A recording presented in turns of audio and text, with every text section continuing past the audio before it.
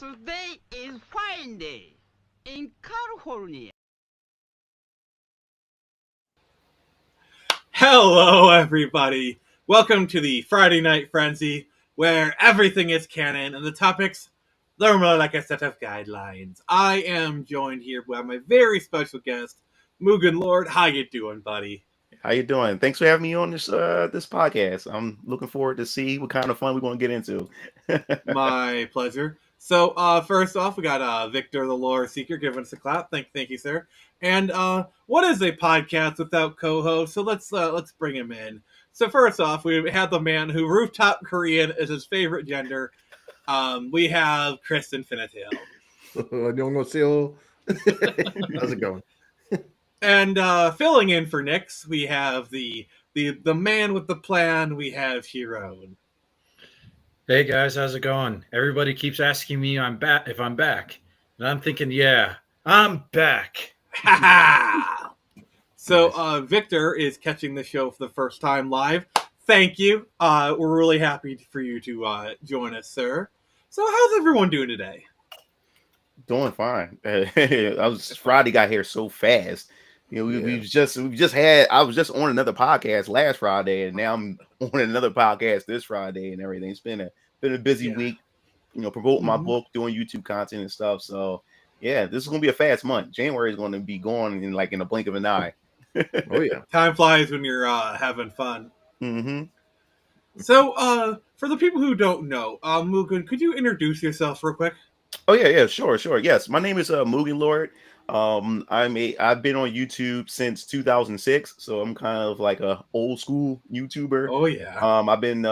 I started out. The reason why my name is Mugen Lord because my channel started out as a Mugen channel. If you don't know what Mugen is, it's a fighting game. Yeah, it's a fighting game engine that allows you to create your own fighting games. So you can create your own dream match scenarios. You can have Ninja Turtles fight Batman or Mario fight Barney the dinosaur and stuff like that. You can do all kinds of things, or you can create your own original works and upload it, onto different communities and stuff. So I was known for that for a couple of years, and then after I graduated out of college and came back to YouTube because I took a hiatus because of college, came back and then just changed my channel to gaming news and everything. So I'm a gamer. I love video games and stuff. So I was just covering news and stuff. Did a little bit of Mugen from time to time.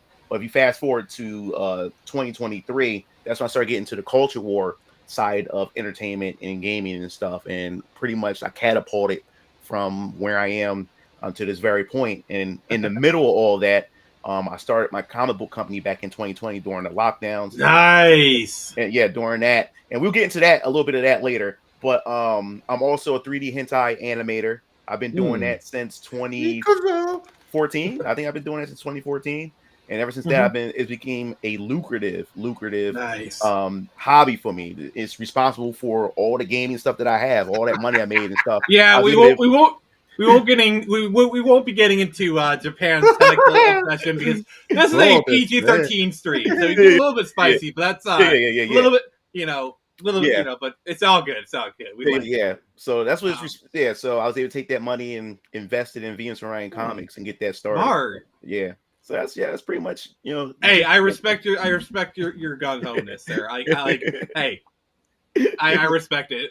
However you made your bag, it's all good. So you're here to promote your comic. We'll be doing that here later in the stream, but I just wanted everyone to get to know you. How about we jump into some headlines, shall we? sure.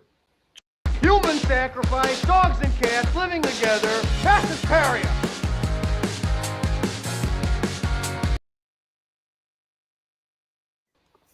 All right, welcome to Headline Hysteria. We're talking about all the topics that are important, just not enough for a full stream. So, all right, we got two on the docket for today. We got the Nintendo Switch 2, and then we got TikTok. Which one do you guys want to cover first? Let's get TikTok out of the way. Okay. Yeah. So, the shutdown looms for the Chinese propaganda site known as TikTok. Yeah, that psyop's already done, though.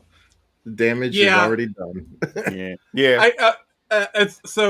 Sharon was kind of mentioning this. I wasn't going to cover it, but it's kind of too sweet. I love how they all started flocking to like the Chinese Red Note site. Yeah. And they like, and then Chinese started get hit with their own propaganda, and then now they're starting to like shut it down. It's Well, yeah, that's Marxism for you though. Like Marxism is only designed to destroy a nation.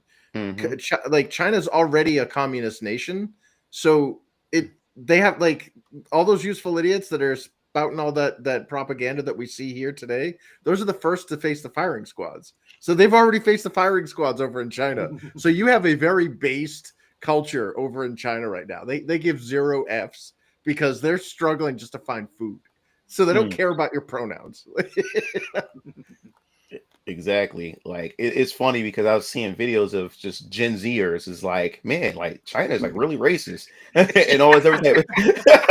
I saw that. What the hell is going on here? It's just so many comments of just Gen Zers just confused because you do academia and college and stuff like that. That's indoctrinating the youth and everything. Some people believe that China is just some grand utopia and everything. And now, because of this TikTok shutdown that's supposed to go down, everybody's fleeing over to Red Note and they thinking that, oh man, China's going to welcome us with open arms. We're going to spout the things that we normally spout here in the U.S. Pronouns. It's like every person who's like, oh, I watch so much anime. Japan is like this bastion of sexual freedom. They go there. It's like, man, Japanese people are racist.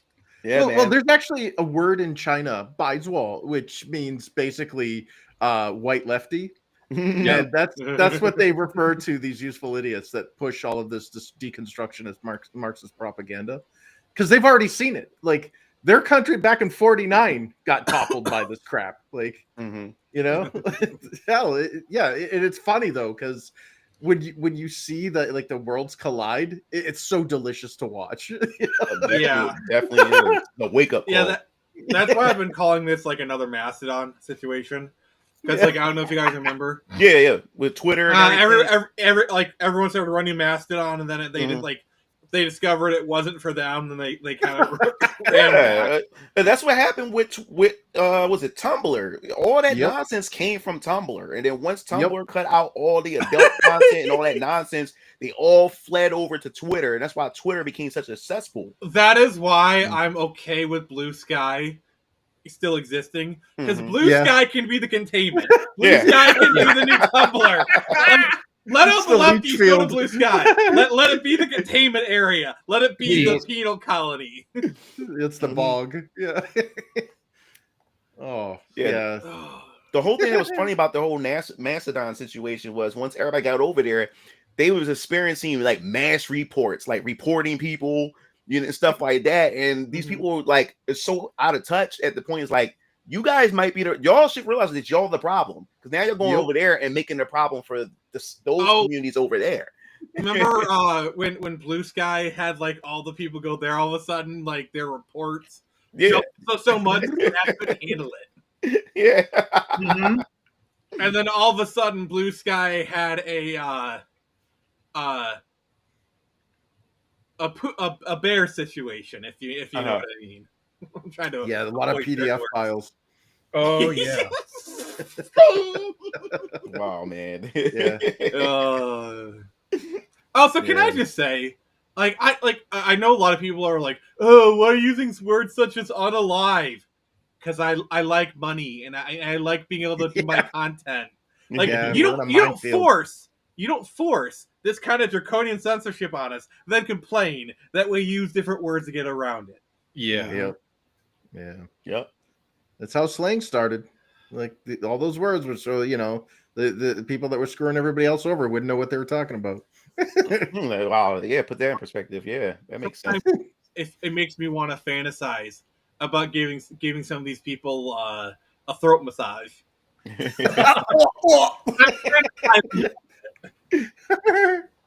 all in here. God. Okay. Let's move on. That was a little bit too based. We're a little bit too based there. Let's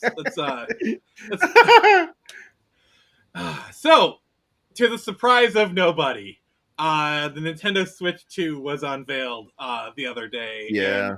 And, let's take a look at what the thing looks like. So, Dude. Here is the Nintendo Switch 2.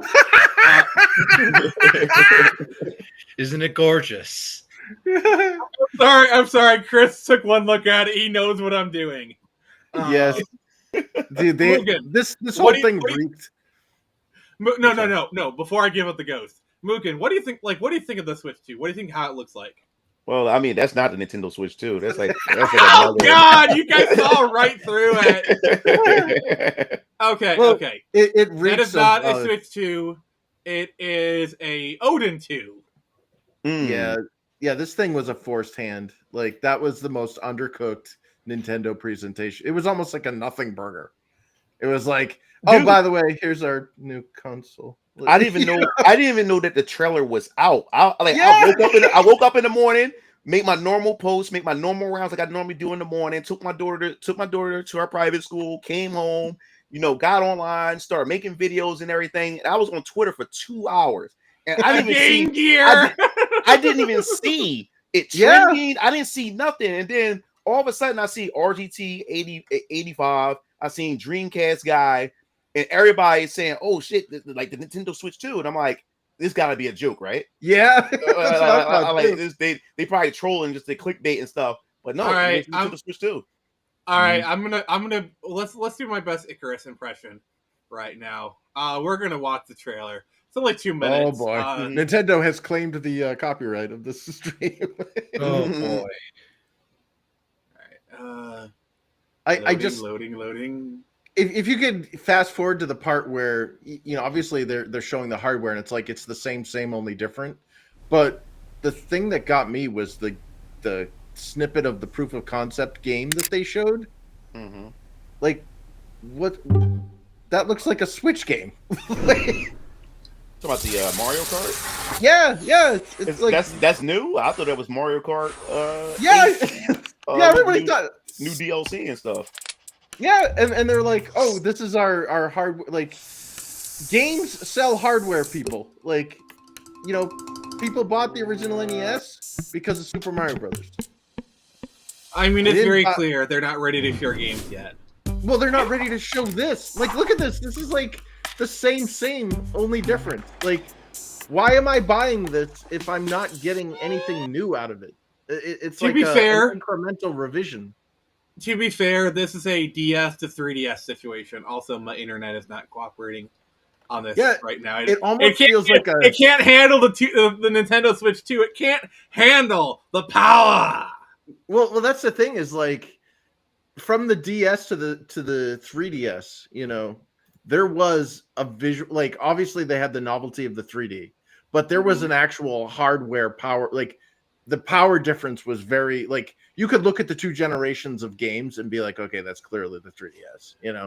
Yeah, and I think this will be a situation of once we actually see like the new Mario game and some of the new games. Also, I'm pretty sure they're gonna have like some big port. Like I'm trying to think of it. Like what's a game? Like imagine Elden Ring comes out as a launch title for this. Yeah, that's the thing about. That's why I find this this is why the first Switch was so successful was because they was able to at launch. I'll be honest with you. At launch, I was not expecting the Nintendo Switch, the launch year, to be pretty ridiculous, pretty nuts because you had the Breath of the Wild, which was a cross generation from the Wii U to the Switch, and then within that year, they announced and released Xenoblade Chronicles 2, which I thought that was going to come out 2 years later, but no, it came out that same year. And we also got Mario Odyssey that same year. I'm like, what is going on? And then we got Wii U ports, deluxe editions of a lot of Wii U games, since most people didn't play or owned the Wii U. I owned the Wii U. I loved it. I know it's a bit of a meme now, but Skyrim on the Switch was actually a big deal. Yeah, that was too. Yeah, so I'm believing with the Nintendo Switch 2, whatever ports they couldn't get with the Switch 1, they definitely gonna get it with the Switch 2. Like you said, like Elden Ring, and many other games that they could not get, they can now finally get it. And these are gonna be like remaster editions and stuff with all the DLC included, and it's gonna be enough to carry it as you wait for the big AAA titles. I do think because obviously Metroid Prime 4 looks amazing. Okay. And that game looks amazing, and I can't wait to see it on Switch 2. But I do because obviously Wind Waker is a big one. I predict that one's going to be either this Christmas or next Christmas. It's going to be like, because Wind Waker for the holidays would be a big game. You know? And having that be like your big Christmas game for the Switch 2, because like you're still developing the games, that works. That's why I think this hardware announcement was a forced leak. Like, I think they did it preemptively because there've been a lot of hardware leaks. Like, I think Nintendo is starting to understand that NDAs don't mean shit to unscrupulous developers. I think the big thing is, it's very clear they plan to announce this in December, because all of these companies that had these accessories ready for CES, it's very clear that there was something planned in December and then they delayed it. That's what that says to me. What do you think? Sorry, Chris, go ahead then. Okay, sorry. I think that what happened is they're trying to get a solid launch lineup, like you mentioned, Mugen there. Like Breath of the Wild is what sold that Switch. You know, even though it was they got lucky. They got lucky. They had Breath of the Wild, and then Xenoblade Chronicles 2, which was gorgeous, and then Mario Odyssey. That is the 1-2 punch. The left hook of Breath of the Wild followed up by that killer haymaker, and that's what secured. Breath of the Wild carried the Switch for the first 3 months, because people were referring to the Switch as a Breath of the Wild machine. For like the first 3 months. But like the Super Mario Odyssey is your proof of, you know, your proof is in the pudding. That's the follow up. And it was a solid launch lineup. Yeah. And I think what was happening was Nintendo was trying to get another one of these solid launch lineups, but they had a bunch of asshole third-party people that leaked this shit. And that's what we're seeing with this announcement trailer, you know, the thing that nobody even knew was there, because this was a very unproud of launch announcement. This was to get ahead of the information that's being leaked out by these developers. And unfortunately, in my opinion, and maybe it's just because I'm cynical, but you want to announce a hardware with software. You like this little like side thing of some weird Mario game, or I'm sorry, Mario Kart game, is probably not your best foot forward. You want to show our Odyssey 2 or something. Here's the Nintendo Switch launch lineup. Okay, literally the only game that matters is Breath of the Wild. Maybe Super Bomberman R. Also, hello, Black River Kai. Like 1-2 Switch was a nothing burger. Oh, that was I'm sure some people were interested in Just Dance, but literally, I mean, Shovel Knight, you can get that on anything. Yeah. Literally the only game that matters is Breath of the Wild. Now, fortunately, Breath of the Wild is like a once in a generation. I'm not talking video game. I'm talking about people generation game. Like, fortunately, it was a 15 out of 10 game. You know, I'm being hyperbolic, but you get what I'm saying. Yeah. And so they got lucky, and I think Nintendo knows they don't have a Breath of the Wild to carry the Switch 2. But you also gotta understand too. Like, remember with the first Switch, we got 2 reveals. You got only the hardware that was revealed when it shows the guy sitting on the couch playing Breath of the Wild, undocking it and everything, and then we saw a Mario game, but we didn't know what kind of Mario game it was. We didn't even know it was Mario Odyssey at the time. Then we had Splatoon that they showed, but we wasn't sure if it was just like a report or whatever like that. And then we got the next presentation where it actually show you how the hardware worked, and they started showing some games. So it's kind of like the same thing with the Switch too. They're just showing us the hardware, and then when April come, we actually want to get a presentation that's going to actually show us, you know, what they have to deliver to us. Yeah, right. I agree with that. Here is the reveal trailer for Nintendo Switch. Also, hey Chelsea Luhu. Hey. Yep. See, it's focusing on games. I'm just gonna turn off the music. It's fine. Yeah. This is still when we were starved. Breath of the Wild. Yeah, and it was, and also it was showing us how the device works. So they had to actually show it off to you. Switch 2 don't have that because we already know how the Switch works. You know. Yep. I hated those rails. I just gotta say it. Yeah. How many people put them on wrong? Broke their damn Switch. God, I did it all the time. Well, I'm not like a handheld guy, so my Switch stayed docked most of the time anyway. Same here. Gotcha. And when it came to Breath of the Wild, like I played it, it took me like a year, like almost 2 years to beat that game. It was boring to me. It was a boring game or whatever. It was really, really boring. I kept playing the game on and off. It was just, it didn't hit for me. This Breath of the Wild this is what's genius about it is it's showcasing the games, but it's showcasing also Skyrim. We did not know Skyrim was going to be on that system. Mm-hmm. You know, like the fact that it's just here's Skyrim. Yeah.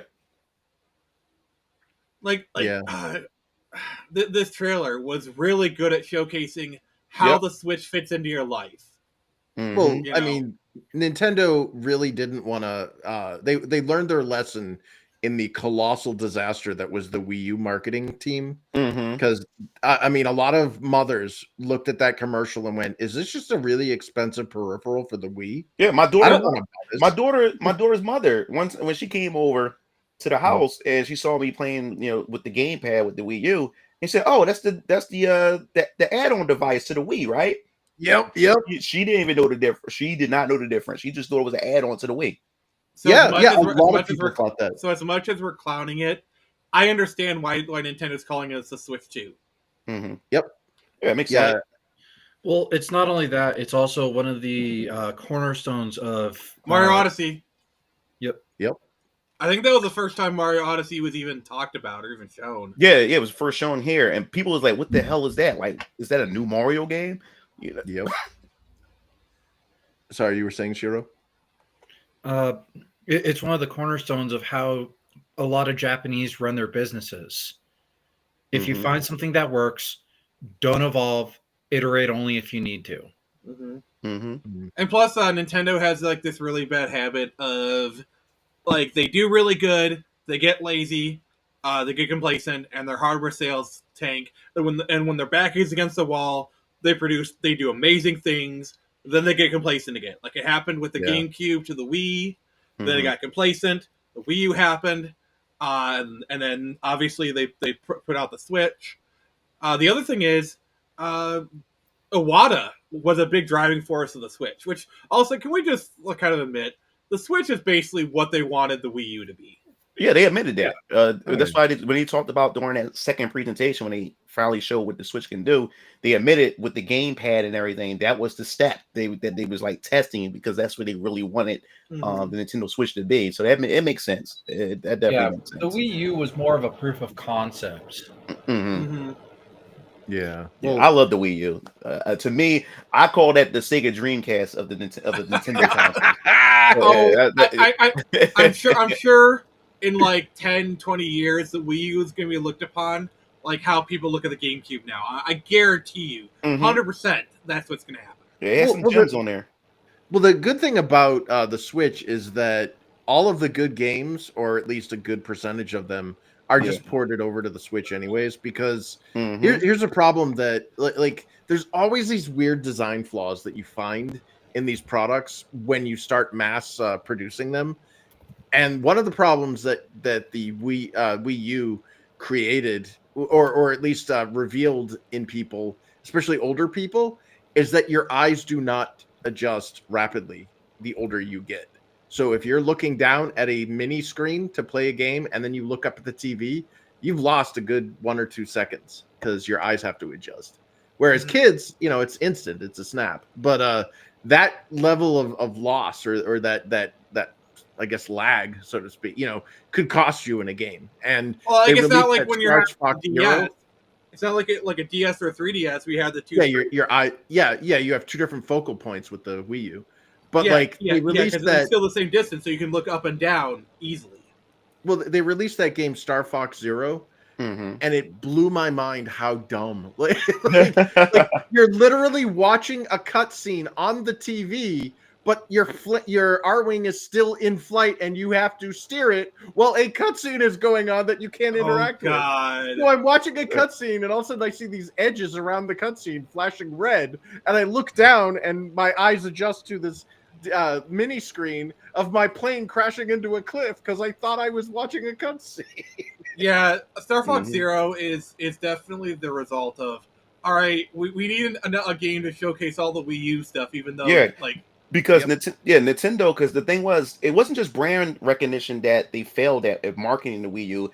Developers had issues because the gamepad, because they think the gamepad shared 2 gigs of RAM or something like that, and Nintendo was forcing developers to say, "Hey, when you make a game, you have to utilize the pad." And a lot of developers did not want to utilize that pad at all because they didn't know what to do, anything like creative they wanted to do with it, and 2. It took a lot of power. It cuts the power in half because you have to keep the pad in mind, and that's what really ruined the Nintendo Wii U. Because that pad, which I love the idea of the pad, but if that thing wasn't so cumbersome and made development hard, I think the Wii U would have lasted a lot longer, and the Switch the Switch One probably would have had a lot more longer time to cook. I think the smartest thing Nintendo did during the 3DS era was not like basically be like, okay, people aren't using the 3D, that's fine. You know, like you notice as time went on, like de-emphasize it more because they realized 2DS. Yeah, they got the 2DS. It happened. The 3DS was a good system. They didn't need the 3D, but it was still there. Like I think that was probably smart in Nintendo. Yeah. Oh yeah. Yeah. I don't know. I loved my my Wii U. I ended up using it as a Wii essentially because I really loved the Metroid Prime games with the Wiimote and like because I'm an old school PC gamer, so when I do shooters, I like the mouse and keyboard.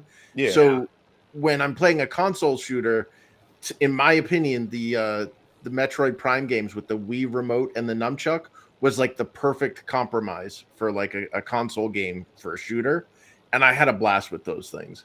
Oh, speaking of mouse input, we got to talk about potentially getting mouse input on the Switch 2. That could be interesting. Oh yeah. Like imagine like your whole like basically you got like your controller and then you're using this. Like that could be interesting. Like imagine like you're playing like Quake and you're actually using mouse input and then this to control your movement. That could be cool. That'd be interesting. Make shooters, for sure. It makes shooters a better fit for the console, in my opinion. Like when we were designing scenarios on that Defiance game, I had to redesign all of the challenges because I could do them like easy crack shot with a mouse and keyboard. And there's like, now try to get a gold medal, try to get a bronze medal with a controller. And it was like a sniper challenge or whatever. And I'm like, oh my Parrot, God. what did you do? Oh God, okay. I've been struck by a smooth parrot head. All right, let me download something it. You probably can't show.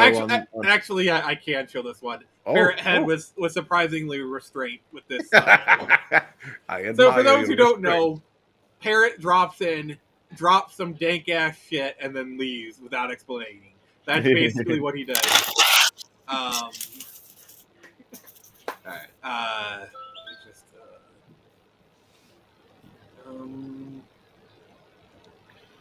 All right, Parrot head.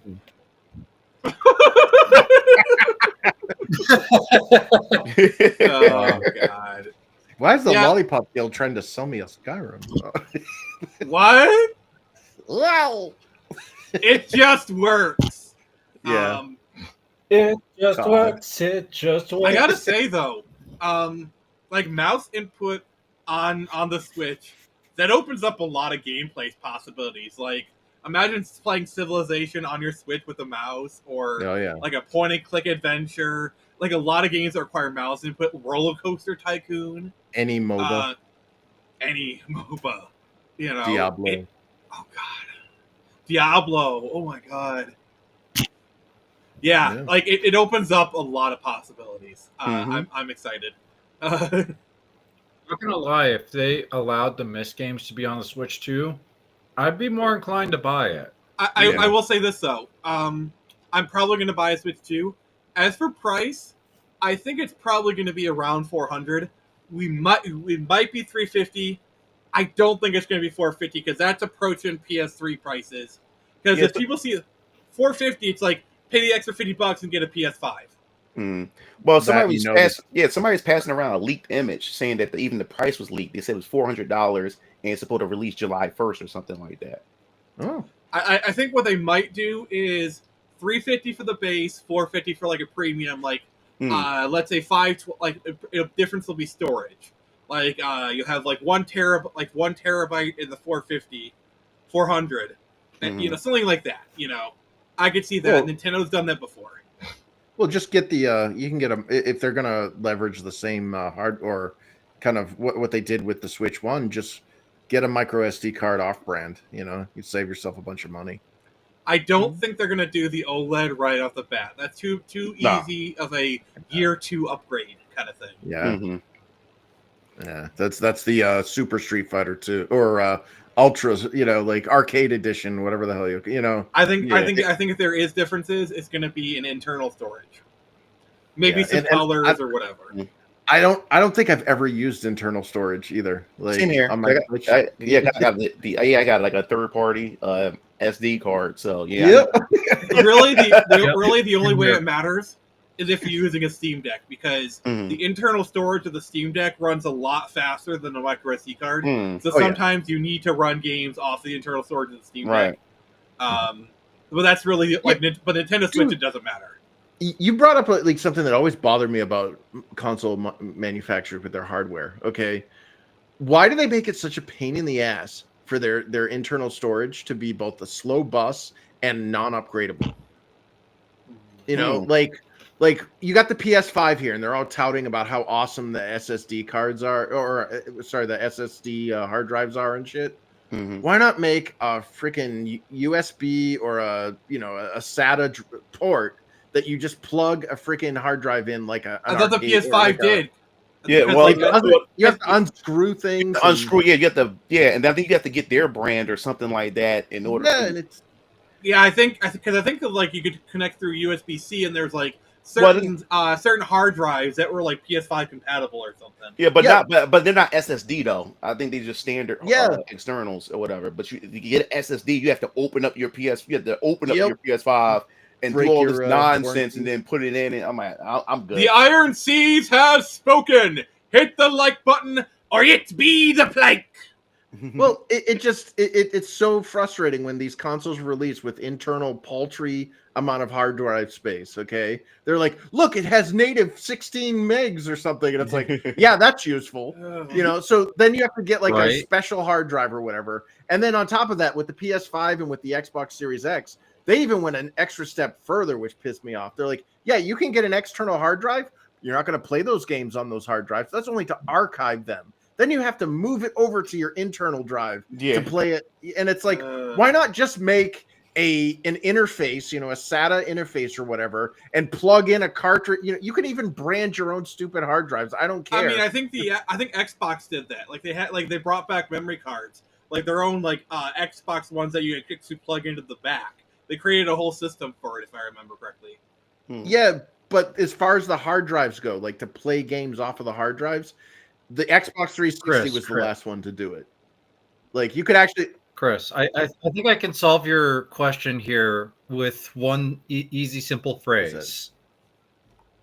We've got to have money. Yeah. But the thing is we're not even reinventing the wheel. That's where we praise Nintendo, because during the Wii U era, you could just like hook up an external hard drive to your Wii U, and bam, Yep. more storage. That's what That's I did with the PS4 too, and the Xbox did the Switch One. allow that? Because it had the USB ports. I don't know. That's a good question. No, I don't it know. didn't allow it. They did allow the micro SD slot or whatever, and you could just like I hacked the shit out of my Switch. Like I'd say a year into it when they pulled that stupid Switch Online crap. You know, I ended up I created my own custom themes. I saved all of my data locally and all that stuff, and I ended up treating my micro SD cards like game cartridges. You know, I was like, oh, pull that up, put in this. You know, but you know. Sorry, but Yuzu was superior to the other one they shut down, that emulator stuff. But yeah, I gotta say, surfing.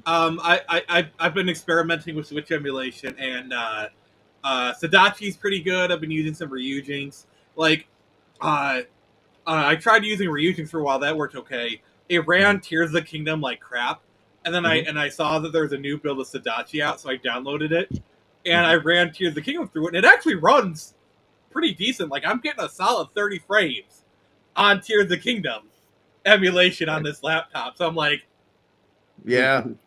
I'm using Yuzu, and I seem to get okay with it. But I think You managed to actually have a copy of Yuzu? I know Nintendo got it, but I'm quicker. You know, all those It's not like, that hard. It's not that hard if you know how to navigate the high seas. No, no, I'm paranoid when it comes to that shit. So what I'll do is if as soon as I see that, because like I'm a big fan of like fan made games and stuff. Like I got AM2R, you know, another Metroid 2 remake. I got that somewhere. There's an awesome one. This dude is making Sega versus Capcom, and he's only got 4 characters in it, but it's freaking awesome. And I'm like, I better grab that before somebody, you know, some cease and desist. So that's how I got Yuzu. Like, did you grab the Liberty City restoration project? No, I was kicking myself for that. Although I did get. I mean, as soon as YouTubers started making videos about it, anyone with a brain can tell, yep, it's gonna get, you know. As soon as Dark Viper AU started making videos, like I love the guy, but come on, we all knew as soon as like one of the biggest GTA 5 content creators started making videos, you're like, yep, this is not gonna last long. And you know what's sad is this is back in the, like, I know I'm showing my age here, but like the late 90s, early 2000s, before Microsoft basically destroyed consoles.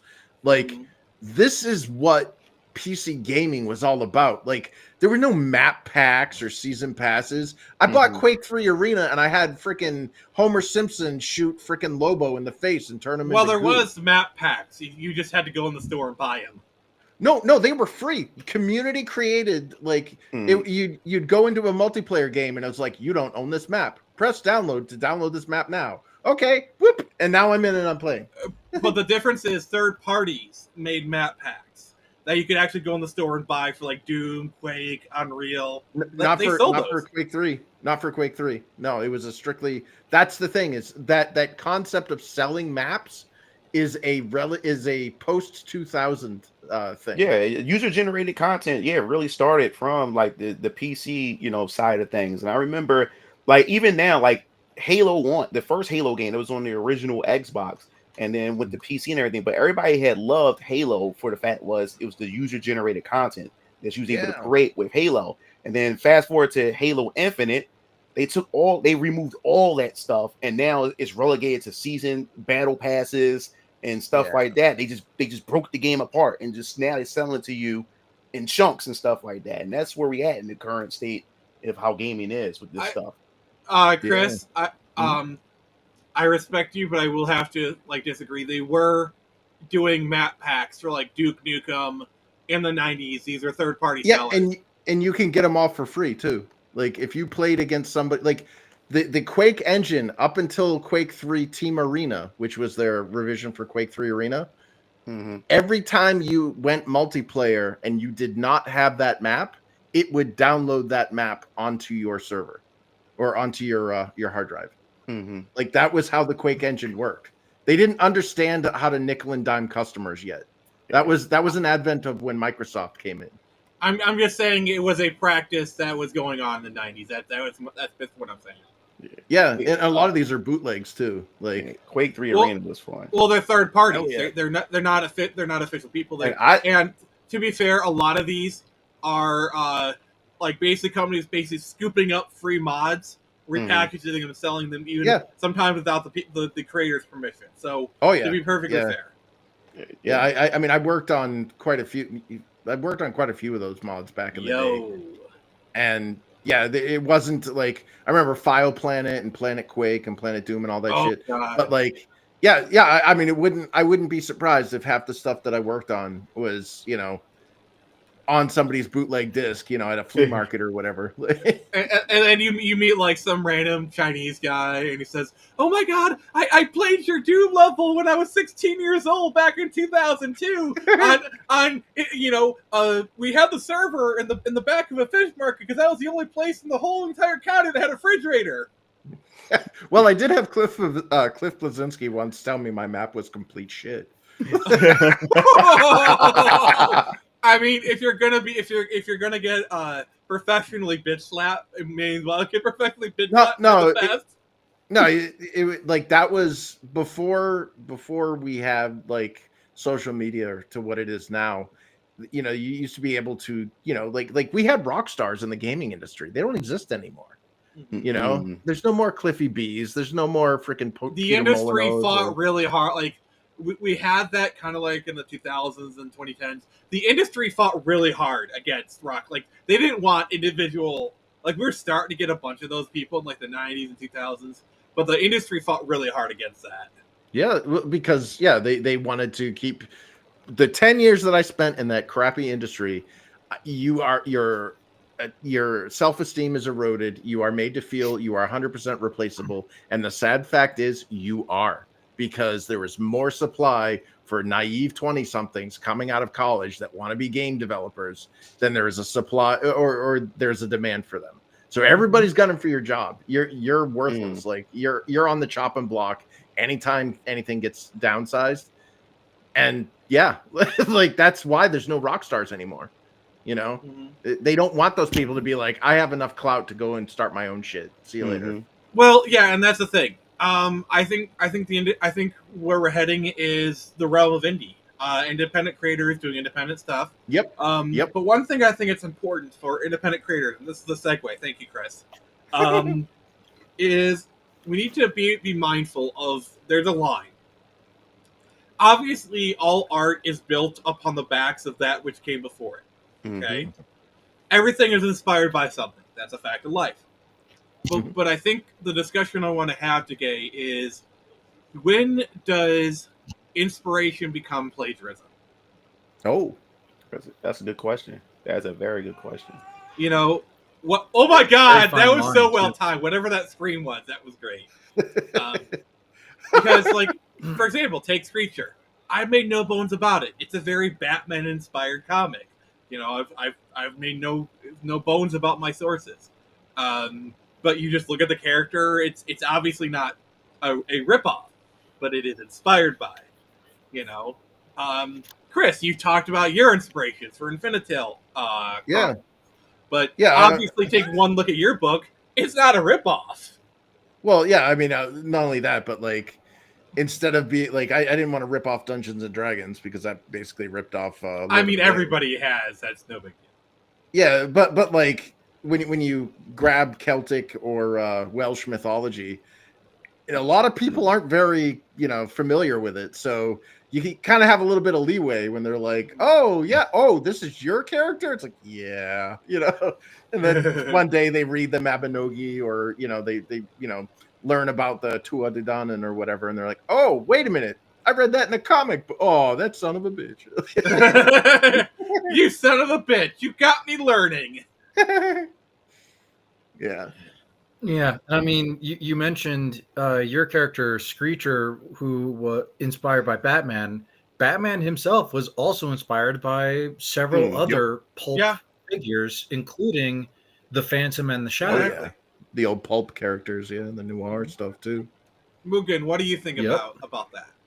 Yeah. The thing is, when it comes to like plagiarism and inspiration and stuff, I just think where the line is drawn is pretty much where, as long as it's not beat for beat, where you can just take your character out and put the original in there and say, hey, oh shit, like this actually is a rip-off and stuff. But it's like I said, when you take inspiration or things overlap, there's so many things that that's pretty much like where originality pretty much it goes out the window after a while, because you can come up with so many things that's original at to a certain extent where things start to overlap. But when it comes to plagiarism, as I said before, as long as it's not beat for beat and word for word and whatever like that, all you did was just put your characters in there, then I think you should be allowed to take some inspiration, put your own twist, put your own mark on it, and we'd be able to like call it your own and stuff like that. And that's where and on the same token, like looks wise as well. Like I remember I was like looking through this one Facebook comic group, and this guy was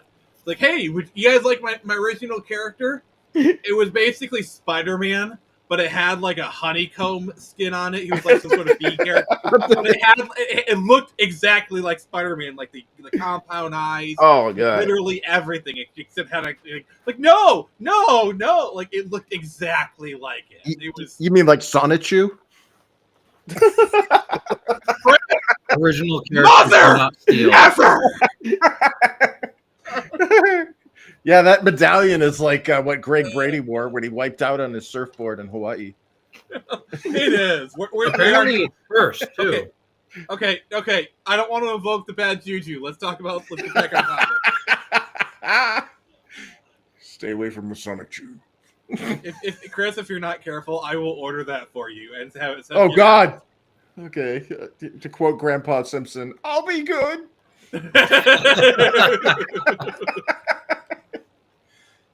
Oh man. Mugen, you're familiar with that whole thing, right? No. Okay. Should we tell him? Yes. We should at least give him the rough.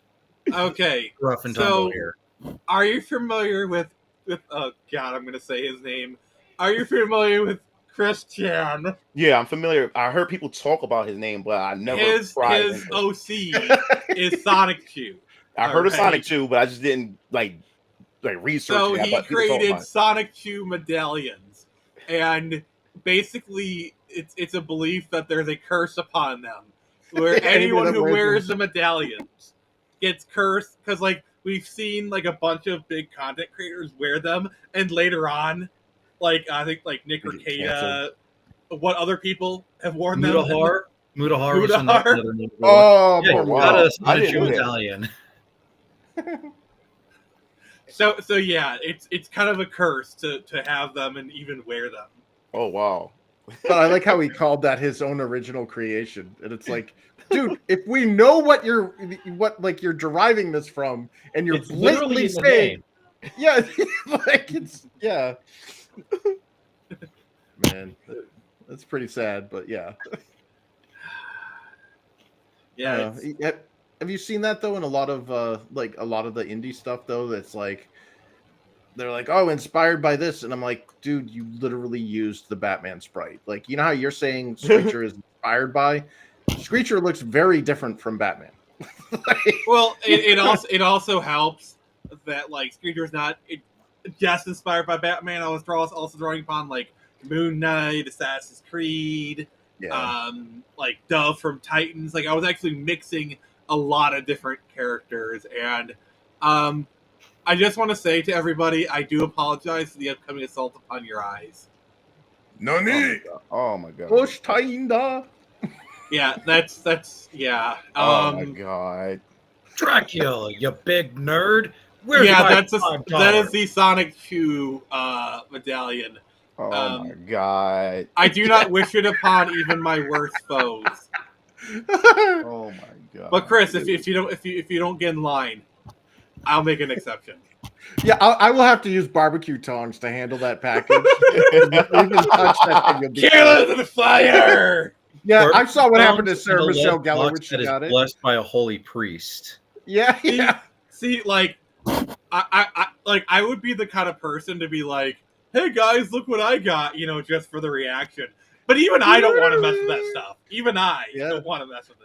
No, dude, somebody should do a recut of The Grudge and just put a Sonic Chew medallion in there, and that's what got Sarah Michelle Gellar. That's Chris Chan coming down the stairs. JD said, "Don't invoke the devil." Yeah. All right. Let's switch gears. Mugen, you have a comic for us? Oh yes. Sorry, I'm so desperate. To get off this topic. I'm just awkwardly switching gears. Chill, sir. Chill away. Yes. All right. So, the name of my comic is called VK, Varion Keller's Vampire Killers, and what inspired this was back in 2005 when I first went off into college, and YouTube is starting to really become a thing and stuff like that. So while I went the way of college to start my freshman year at Mansfield University, my brother Kevin, or we'll call him Keo, my brother Keo, he had a friend. He had a friend named Donnie, and Donnie, he was in school for photography, so he would practice taking pictures and everything. So what he would do is he would just go to his friends, and his friends, he would use them as test subjects to test his pictures and stuff out. So my brother used to take pictures at his house and everything. So one day I came home for trailer. Wow. Yeah, I came back for fall break, and what happened was they wanted me to take some pictures. So they had a bunch of like goth outfits and stuff like that, and I had like a replica katana. So I would wear like a black tank top, pants with like chains and stuff on it, and I had my katana and everything. And as we used to take these pictures, my dad ended up seeing the pictures. He said, "Oh man, you're like urban vampire hunters or something like that." So my dad said, "Oh Some man, mother efforts always got ice skate uphill. yeah." So my dad's like, you know what? Like, he said, "Oh man, VK, like vampire killers." He said, "Yo, I have an idea for like a live action, web series. We call it, VK, Very Young Killers, Vampire Killers." I said, "Oh man, that'd be awesome. Let's try it." But what happened was me going back and forth to college because I live on campus and everything. We just couldn't find time to squeeze it in there, especially with all my studies and stuff. So we kind of like shelved the whole entire idea, but we still had the photos and stuff that we took. So what happened was we fast forward to 2020 during the lockdowns, the pandemic and stuff like that. I don't know, something just came to me. I was just going through my photos, all my old photos from back then, and I found the photo shoots for VK. So I don't know what it was. I said, man, I would like to see what this would look like in like anime form and stuff like that. So I was looking for some artists. I went on Twitter and everything and trying to find, some artists to draw pictures of the characters based on the photos that I had taken and everything. And man, I was getting ripped off. Like I would pay the artists and then they would just disappear with my money. Yeah, trust me, both me and Chris. Could tell you some stories. Sorry, man. Yeah, man. I was just losing money and everything, and I almost gave up on the idea. But for some strange reason, a YouTube ad came through for once. I was watching the video, and then Fiverr popped up, or an ad for Fiverr popped up. Oh, that is a lifesaver. Yeah, and it said, "Yo, you can commission artists and this, that, and the third." I said, "Oh snap!" I clicked on that ad so fast, made an account, and man, it was like a treasure trove of all these different artists. But the reason why I chose the artist that I have, Chabibit, her name is Jessica, she's from the Philippines. The reason why I chose her was because everybody else's art was good, but they're imitating other existing artists. They're trying to be like those other artists. So I wanted something, an artist that actually stood out and they had their own unique like tone and everything with them. So I contacted her and I said, "Hey, you think you can turn these take these photo shoots that we had taken, and can you turn them into like anime style?" And say, "Oh yeah, sure thing." And within a week, she had got Hezekiah Draben, Caleb Draben, Isaiah Draben, and Varian Keller. She drew all 4 of them, got them done within a week. Draven? And when I looked at them, I said, "Oh my god, this look amazing." So I did a slideshow presentation to my brothers and my dad. And man, they were floored. They loved it. And my dad said, "Son, oh my god, this would be perfect. This would be cool if we can get this and make this into an anime." And I thought about it. I said, "Man, that would be awesome, but animation is expensive." Animation is expensive.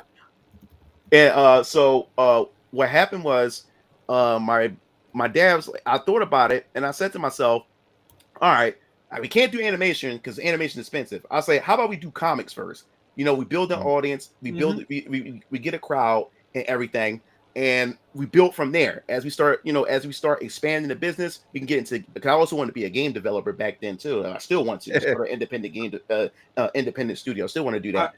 All right, Nice. how about we check out this trailer and then we can go over some of the awards. Yeah. Sorry, I'm just trying to keep things moving along. I love your stuff. I wanted to let you. Go ahead. I'm excited. Go ahead. Hey everyone, my name is Brian Blackson Jr. And for the past 5 years, I've been working. What? Click on this. Is the presentation. You can go down. You can scroll down. The trailer is also on the page too. This is just the presentation. Scroll down. There's the trailer right there. This is the trailer okay. for the actual, for chapter 1.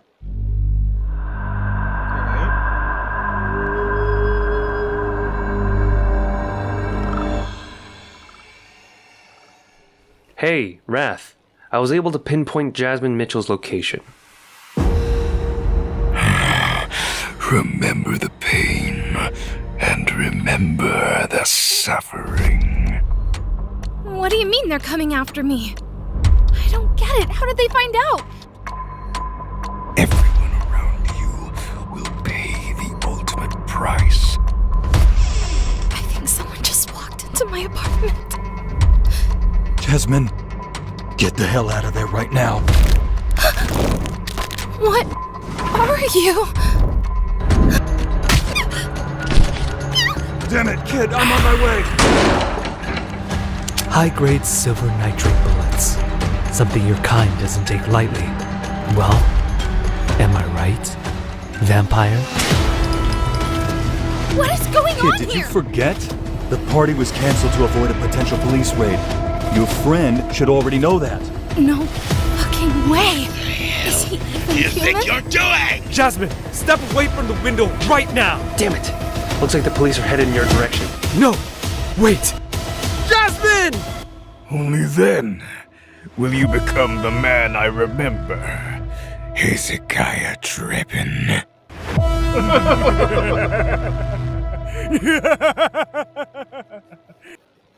Bad. Dude, that is badass. Hey, Thanks. bad ass, brother. Thanks. Wow, man. So yeah, man. Well done. Yeah. I've been at this for 5 years. I've been working at this for 5 years since 2020. I invested about $50,000 in my own money to craft this shared universe, because VK is just the introduction to this big expansive universe of so many different characters, so many different stories, and everything. And that came by accident, because at first I was just working on VK as a comic, but as I started expanding the story, building the world and everything, I just started coming up with so many different characters, but those characters doesn't fit that vampire hunting theme. They were just totally different day and night. So when I thought about it, I was like, okay, I don't want to create separate universes with these characters. I said, if Marvel can have X-Men, Spider-Man, Fantastic Four, Hulk, and all of them share the same space, I want to do the same thing with my universe, where I have a bunch of different characters all sharing the same space. And that's where Venus Orion Comics universe came to be. And right now, this is just phase 1 of Venus Orion Comics universe. Phase 1 is called the Foundation.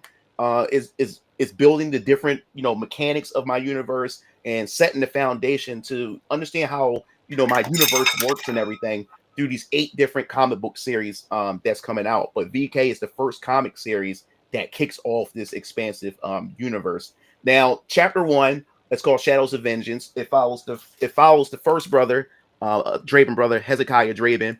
Right now, this dude is on the path hold that up.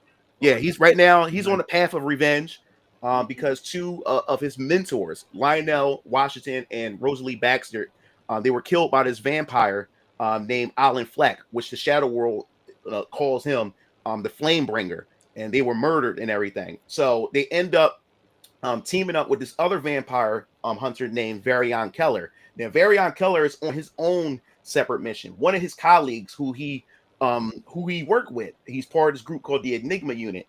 And after the Enigma Unit had pretty much was sent on this mission, which I won't spoil, you'll find out in the books and everything. But after they completed their mission, Third Echelon, which is the organization that they work for, had disbanded them. But Dread Dealer himself ended up doing. You don't want to spoil too much of the book, my friend. Yeah. Well, it's not in the book, but this is like some backstory. But Varian's motivation. Yeah. So Varian is looking for the people who killed Dread Dealer, because Dread Dealer had stumbled upon something he wasn't supposed to discover, and they got him killed. So now what he did was he negotiated something with the Draven brothers to say, hey, I'll help you find, Alan Fleck, so you guys can get your revenge, and I'll train you guys to become better vampire hunters. In return, you help me solve this conspiracy and everything. Well, if nothing else, you did get another backer out of this. So. Oh wow! Nice. And if any of you guys want to check out the book, it is in the YouTube comments below. Mugen Lord, we need to kind of move things along. So, final words. What are your final words? You get like 10 seconds. Just if you're interested in nitty gritty action and everything, and conspiracy, definitely check out the VK, Variant Keller, Vampire Killers. You're not just back in this, but you're back in the entire universe, and I can't wait to share all the other comic series that I have in the works. Nice. So you're 3 days in. You've already blown past your goal. Congratulations, sir. Thanks. And here's so many more stretch goals to come. So we're going to continue with the stream. Mugen's going to stay here. Let's keep talking about inspiration and plagiarism. We can talk about video games if you want. The thing about the Frenzy is we go anywhere. So what do you guys feel like? You want to talk some more Nintendo, video games? It doesn't matter. Nintendo, video games, it doesn't matter. I'm hyped for the Nintendo Switch too. Like I said, I am. For the Nintendo Switch 2 to succeed, because the reason why the Nintendo Switch 1, like I said, did well, because that launch did them really, really well. Like I said, Breath of the Wild, Mario Odyssey, Xenoblade Chronicles, and then that next year, people didn't think we was going to get Doom 2016 to work on the Nintendo Switch, because people said the Switch ain't powerful, it can't handle Doom. Well, they got Doom on it. Yeah, that's the other thing is the Switch got quite a few miracle ports. Exactly. So I'm hoping, and Doom 2016 was probably the first miracle port. Yeah, so I'm hoping with the Switch 2. The thing is, it doesn't have to be like extremely powerful as the PS5 or the Xbox Series X. It just has to be competent enough to get the ports that PS5 and the Series X get in order to hang in there to get that third-party support while people wait for Nintendo's, AAA titles. And that's what I think what they need to do. The thing with Nintendo this time around is the gap between the Switch 2 and the modern systems is actually a lot tighter than it was with the Switch and the other systems, because basically the Switch 2 is docked. It's about as powerful as an Xbox Series S. That alone, but also the fact that it's using DLSS tech, which means it can punch with the PS5 and kind of thing. Maybe not without upscaling, whatever, but it can hold its own a lot. Right. It has a grunt. So that alone, so you won't have to do as many miracle ports. Right. So we can have modern day games like. I'm going to make a prediction. The big third party game is going to be Red Dead Redemption 2. That's going to be the Skyrim of the Switch 2. That'd be pretty interesting. You guys want to hear a secret about multiplats? What? When you develop a multiplat game, you design for the dumbest system or the weakest specs, and then you port upward. Okay, that's why the PC always got the shaft, because it was the vastly superior hardware, but it always got the unoptimized, crappy port because it was usually an afterthought. Well, what if, and again, this is speaking strictly from conjecture or whatever, but like if like the PS5, I'm sorry, but it's kind of and I know this is going to piss off a lot of PS5 fanboys or whatever, but like this generation of consoles is garbage. Like, they released it during a plague, basically the lockdown.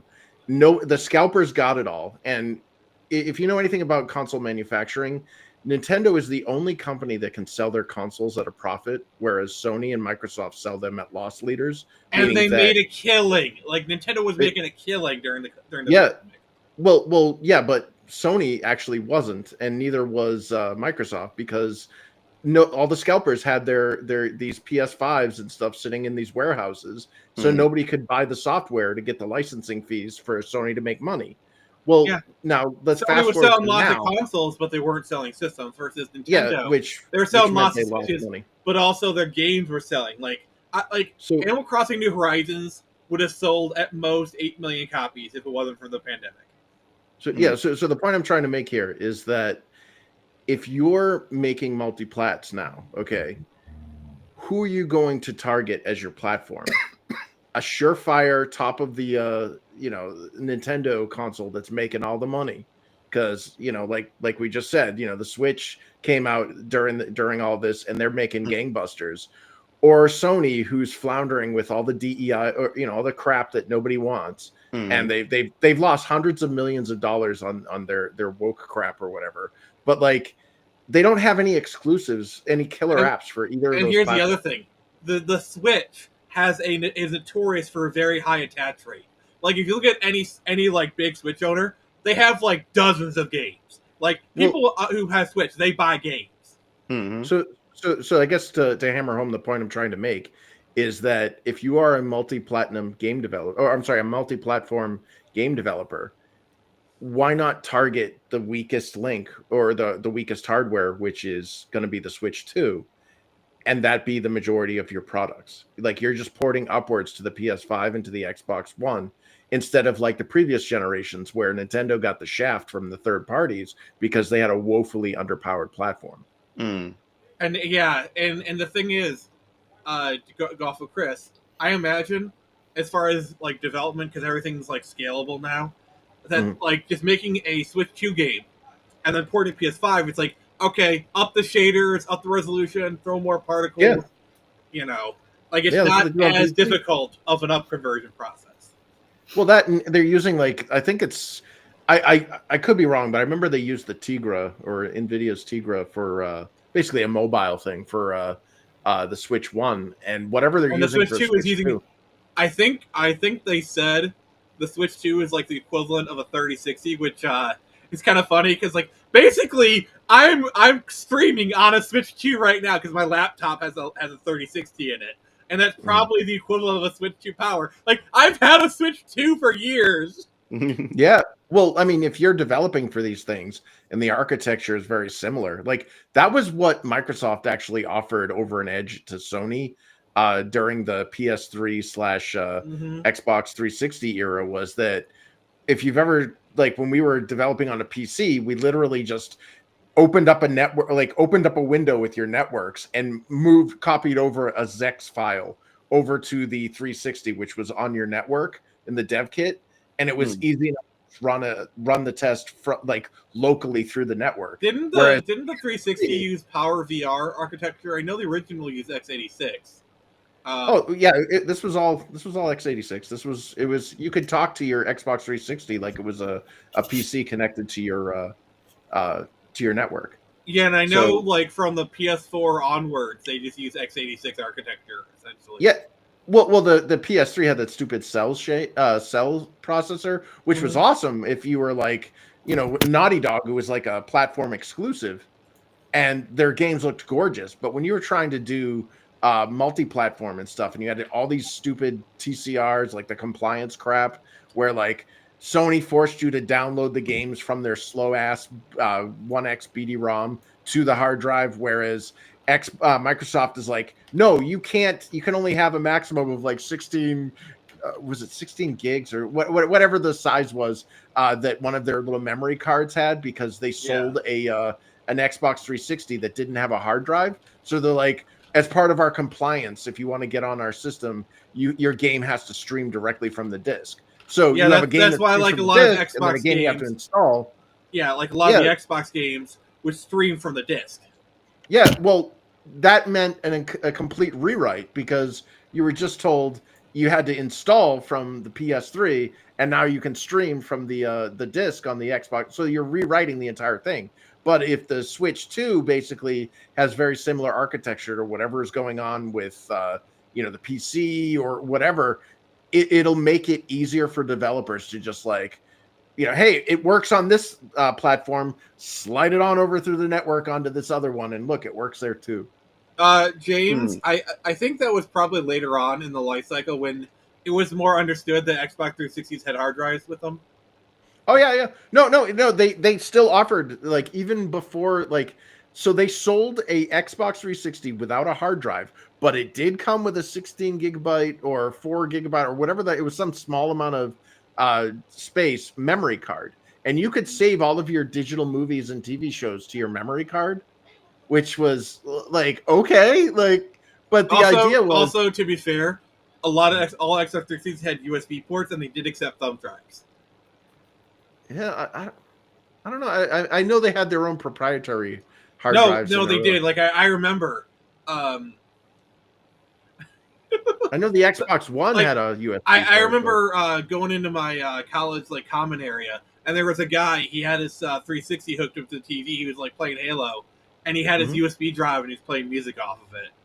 Oh wow! Yeah. Well, I don't know if it supported games as well. You know what I mean? Like, because like they were still kind of figuring out like I know that the Xbox One was a very friendly USB hard drive thing, just like the way the Wii U was. Mugen, what are your thoughts on this? Sorry, we've been kind of.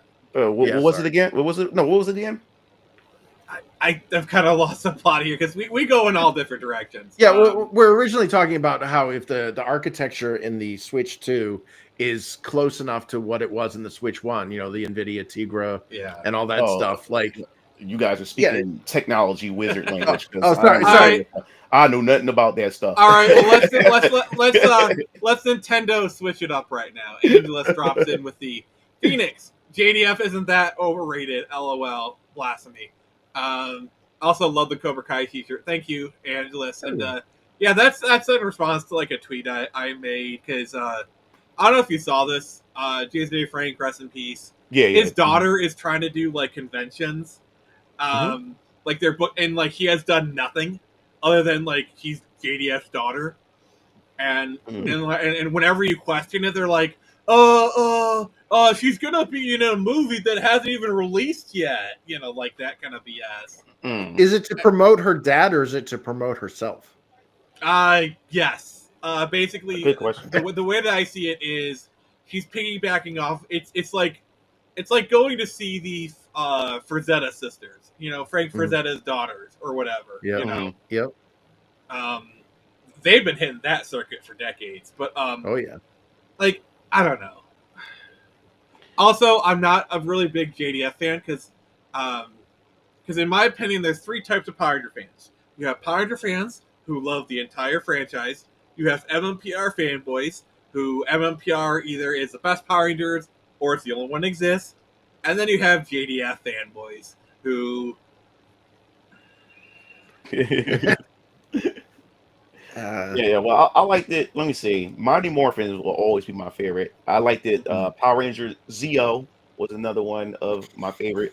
And it was the one... it was one of the Dino ones that had JDF in it. All the JDF centric seasons. Yeah, but all the other ones. By the way, you're talking about Dino Thunder, and yes, Dino Thunder. But yeah, I just grew up off the original. I love the original cast. I kind of just walked away from Power Rangers for the fact is that I always wanted a reunion, like an actual like season of just the old cast. Yeah. But have you seen the Once and Always special? It just wasn't the same without the other cast members. Like I understand that. Trini had passed away years ago, but once JDF passed, if anybody else passed after JD, it's just I don't care. Like at this the point, thing is, JDF declined to be in the special. Yeah, I heard because of the deals that was going on behind the scenes.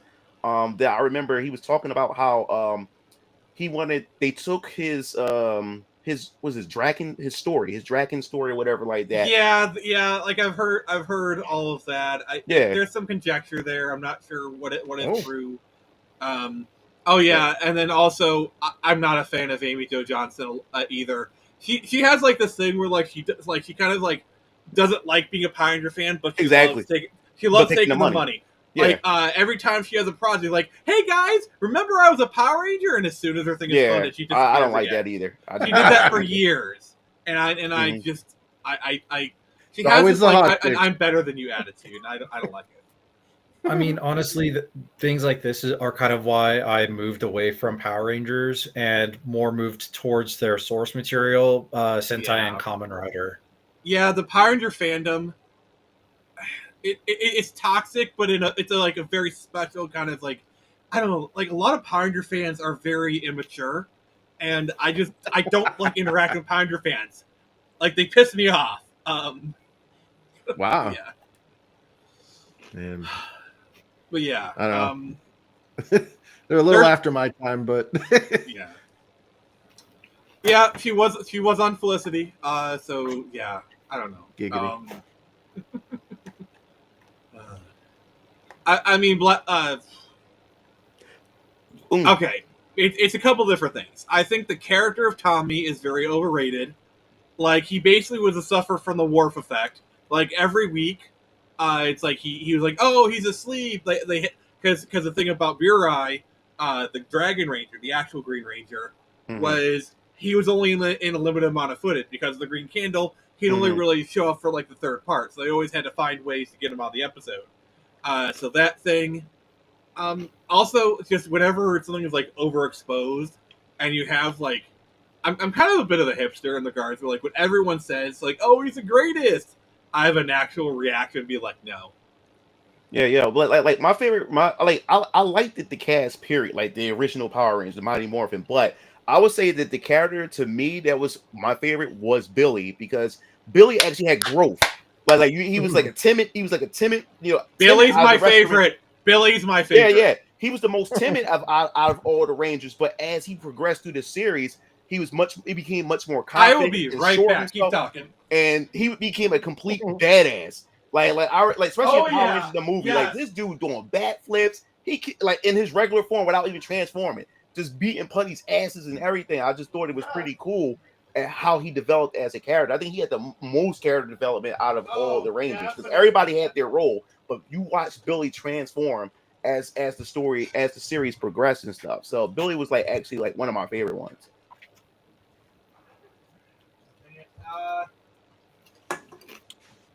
Looking for something. Let's see here. He's back there screaming.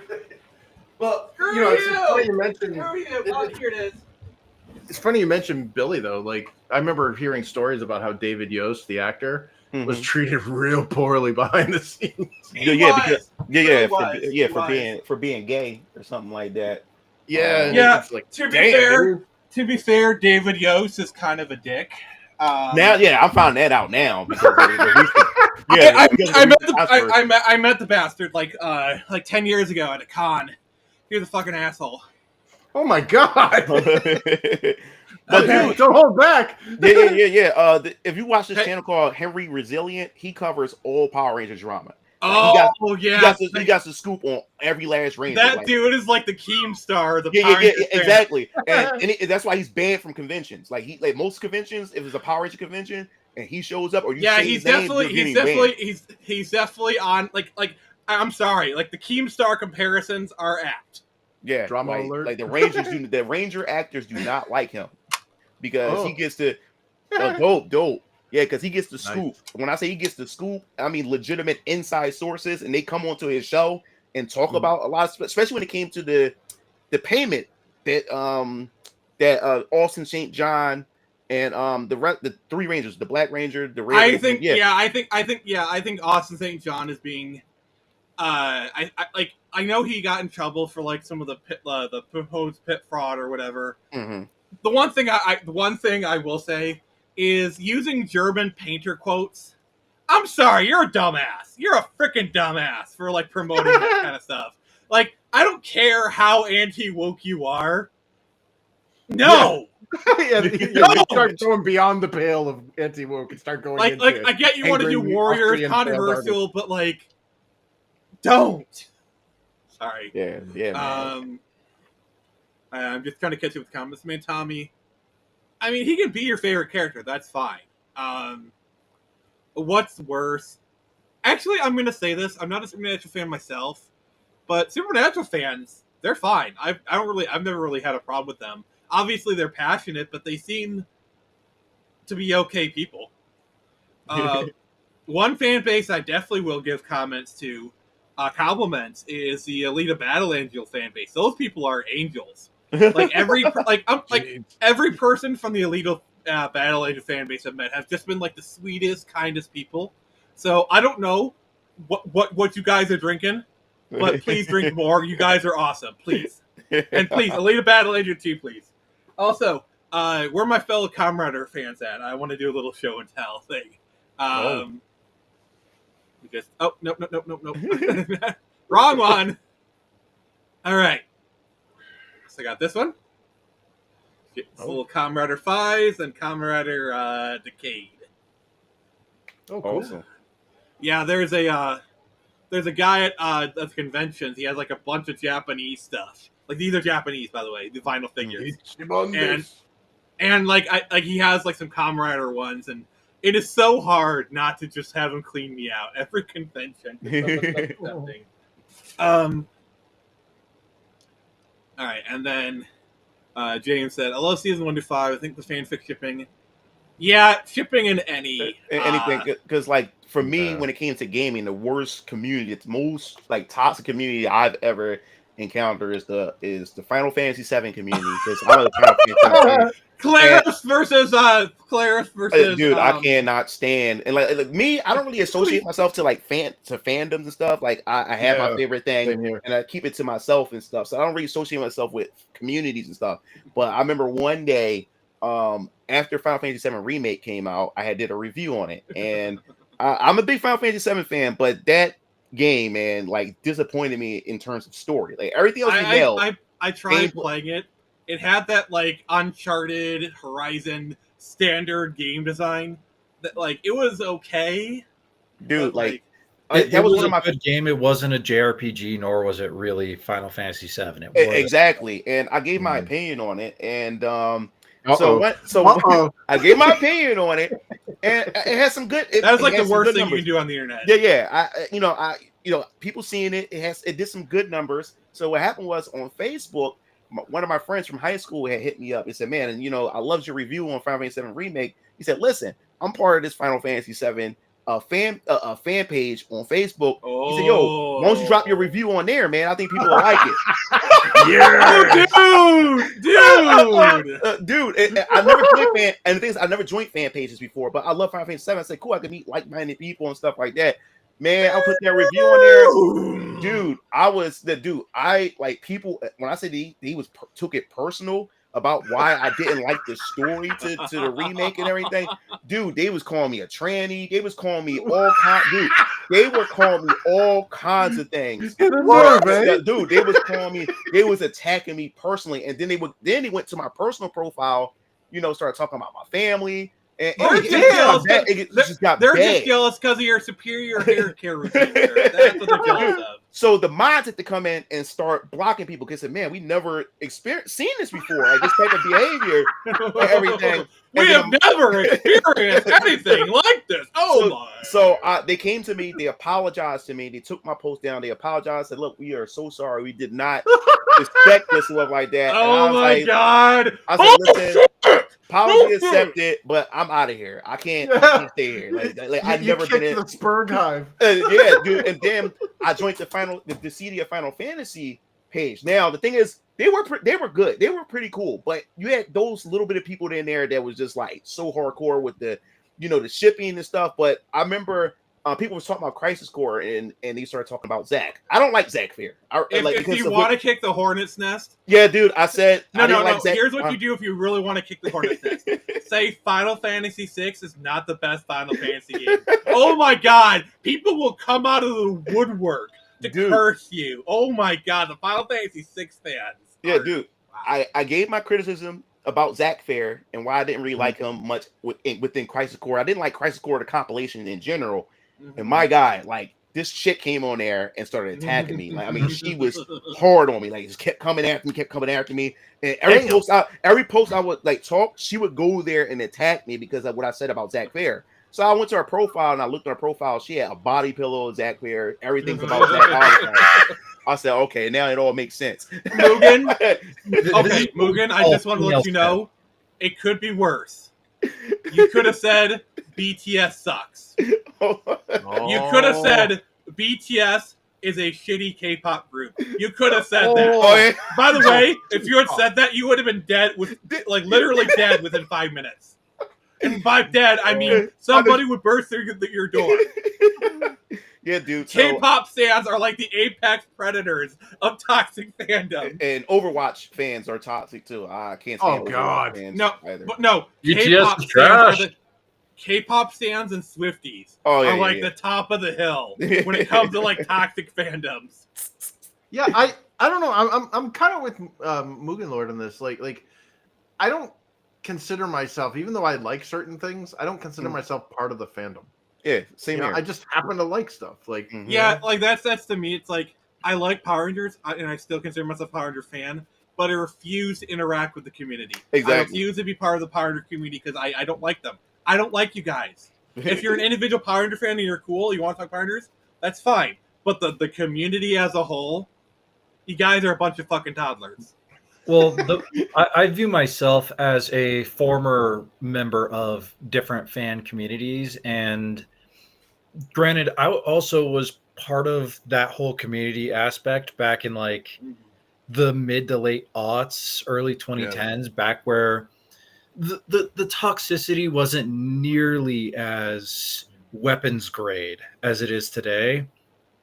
And then kind of once the scales got peeled off my eyes and everything kind of was starting to spiral out of control, it's like, I'm still going to enjoy these things, but I'm not going to talk to you guys about this sort of stuff because it's like people who are Rick and Morty fans, but they don't engage with the community. Like, okay, I can respect you. Like, okay, you like a certain show, but like that's the problem is Rick and Morty. It's like an okay show. The early seasons are better, but the fandom is nuts. Yeah, that Asian guy that's on the McDonald's cash register screaming, "A pickle Rick!" Ah! I'm like, dude, I want to kick his ass. That definitely killed the fandom. That killed the fandom. Right Yeah. Well, it's collective. In his defense, he was doing it as a troll because it's like he was doing it to mock the fans, but ironically, in mocking the fans, he became the encapsulation of what those fans actually are. Yeah, he's the Nietzsche effect, but like honestly, like it's the collectivism that drives me nuts about these things. Like you have to think like us. You and like you said, dude, you stirred up the Spurg hype just saying you don't like Zach.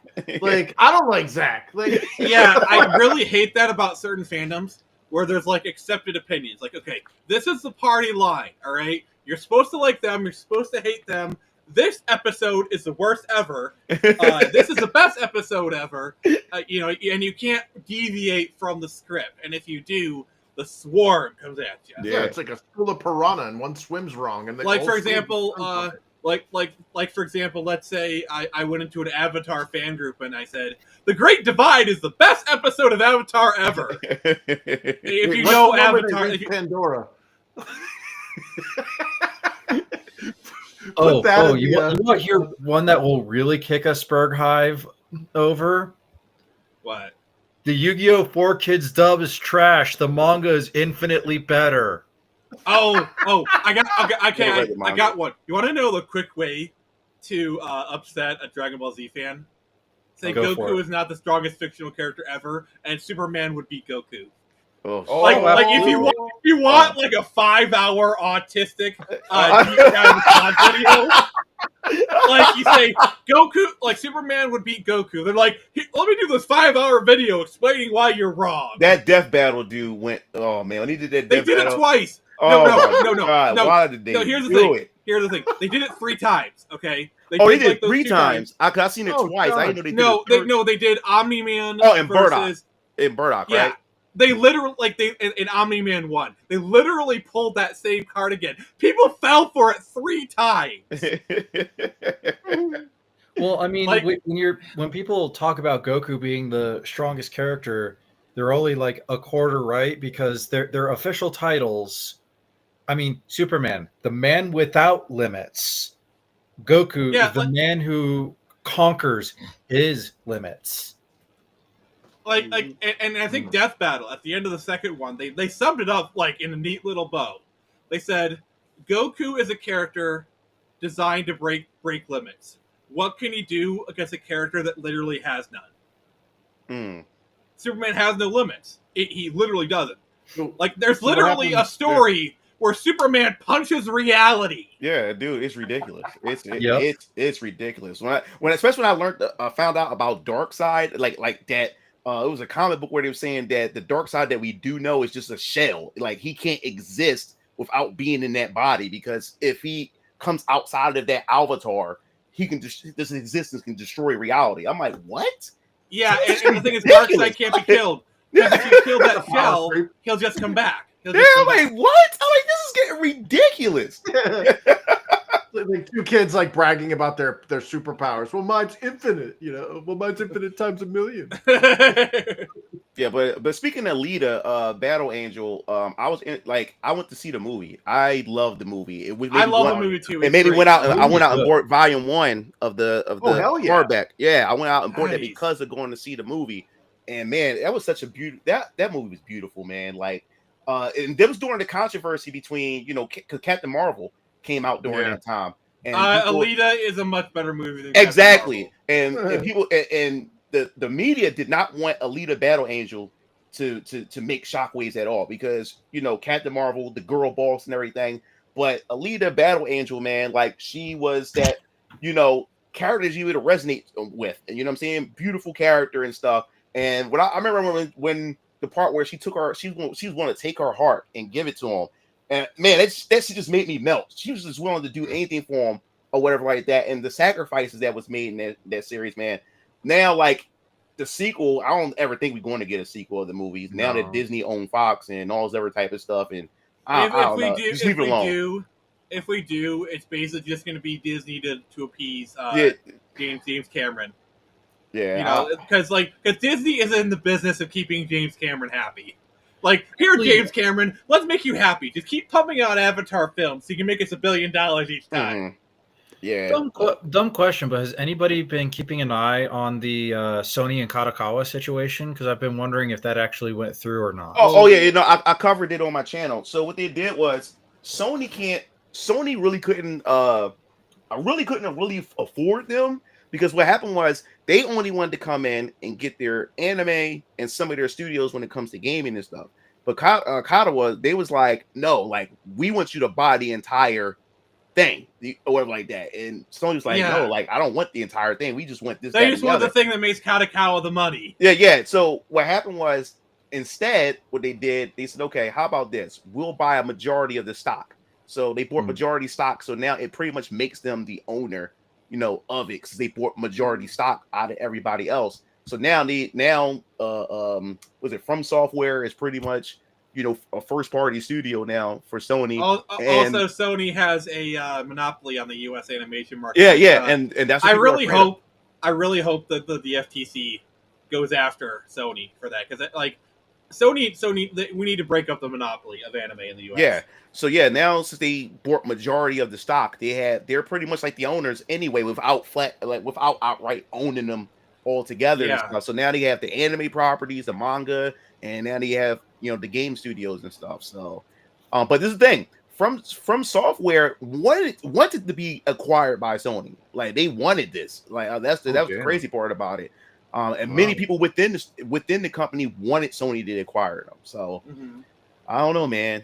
I don't know. Yeah, that's something that we gotta keep an eye on, just because there could be so many other problems that come out of that. Well, dude, the AAA gaming industry right now is experiencing a crash. I don't care. Like people can speculate about it or whatever, but I can tell you right now, looking at my LinkedIn wall of all of my colleagues that have been in the video game industry, 99% of them are out of work right now. Yeah, what I find interesting is we're starting to see all the execs that left the company start to form. Like, have you seen Rebel Wolves? And they're Dude, did you? I got a super like off that on Twitter because that is Mugen. Have you seen the trailer for that game? Yeah, dude, I think I did. Yeah, is it from the creators? Dawnbreakers. I think it's Dawn Lord. It's Dawn Walk. It's called Blood of the Dawn Walker or whatever. But I basically said, the Witcher team. Yeah, CD Projekt Red is about to learn a valuable lesson on why talent retention should be a thing. Yeah, and this is the thing. I talked about this on my channel. Like, the bubble has burst, and IGN of all places is finally admitting that because of what happened with Concord and many other things. And the thing is, we have these inflated ass budgets, not just DEI that's making things bad, but it's mismanagement, these big ass budgets, especially with Spider-Man. They said Spider-Man cost them $200 million. That was for the budget of that. He said Call of Duty cost them was it 600 million, not counting marketing? You think with 600 million they could invest maybe 5 million in some proper optimization? So that's less than 5 terabytes. So they said Call of Duty cost them $1 billion altogether, over $1 billion altogether. So it's getting where did the money go? Exactly, and that's what's going on right now. And now I said expect in 2025 more layoffs to happen and other developers leaving these studios, because a lot of these I would say developers, they don't believe in a lot of this nonsense that's going on, within the corporate structure. We kept quiet. So a lot of them are leaving and taking their talent and taking other talents with them. Here's what I find interesting. The studios. Dan Houser, literally the guy behind Red Dead Redemption 1 and 2 and all the GTA games. He was the story guy. He left a long time ago.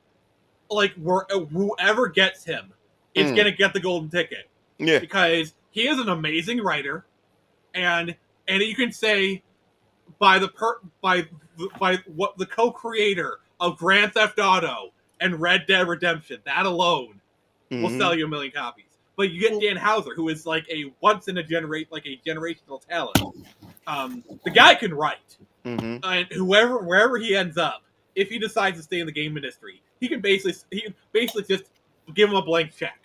Well, the problem though is, like, as somebody that's seen it from the inside, dude, there are a lot of people in positions of power that are completely worthless and are parasitic. Like you heard about like recently with Dragon Age Veilguard, right? You got this decision maker that made a bunch of awful crap, put in he, she, it, her, whatever the hell it wants to call itself, garbage politics, and ruined the franchise, okay?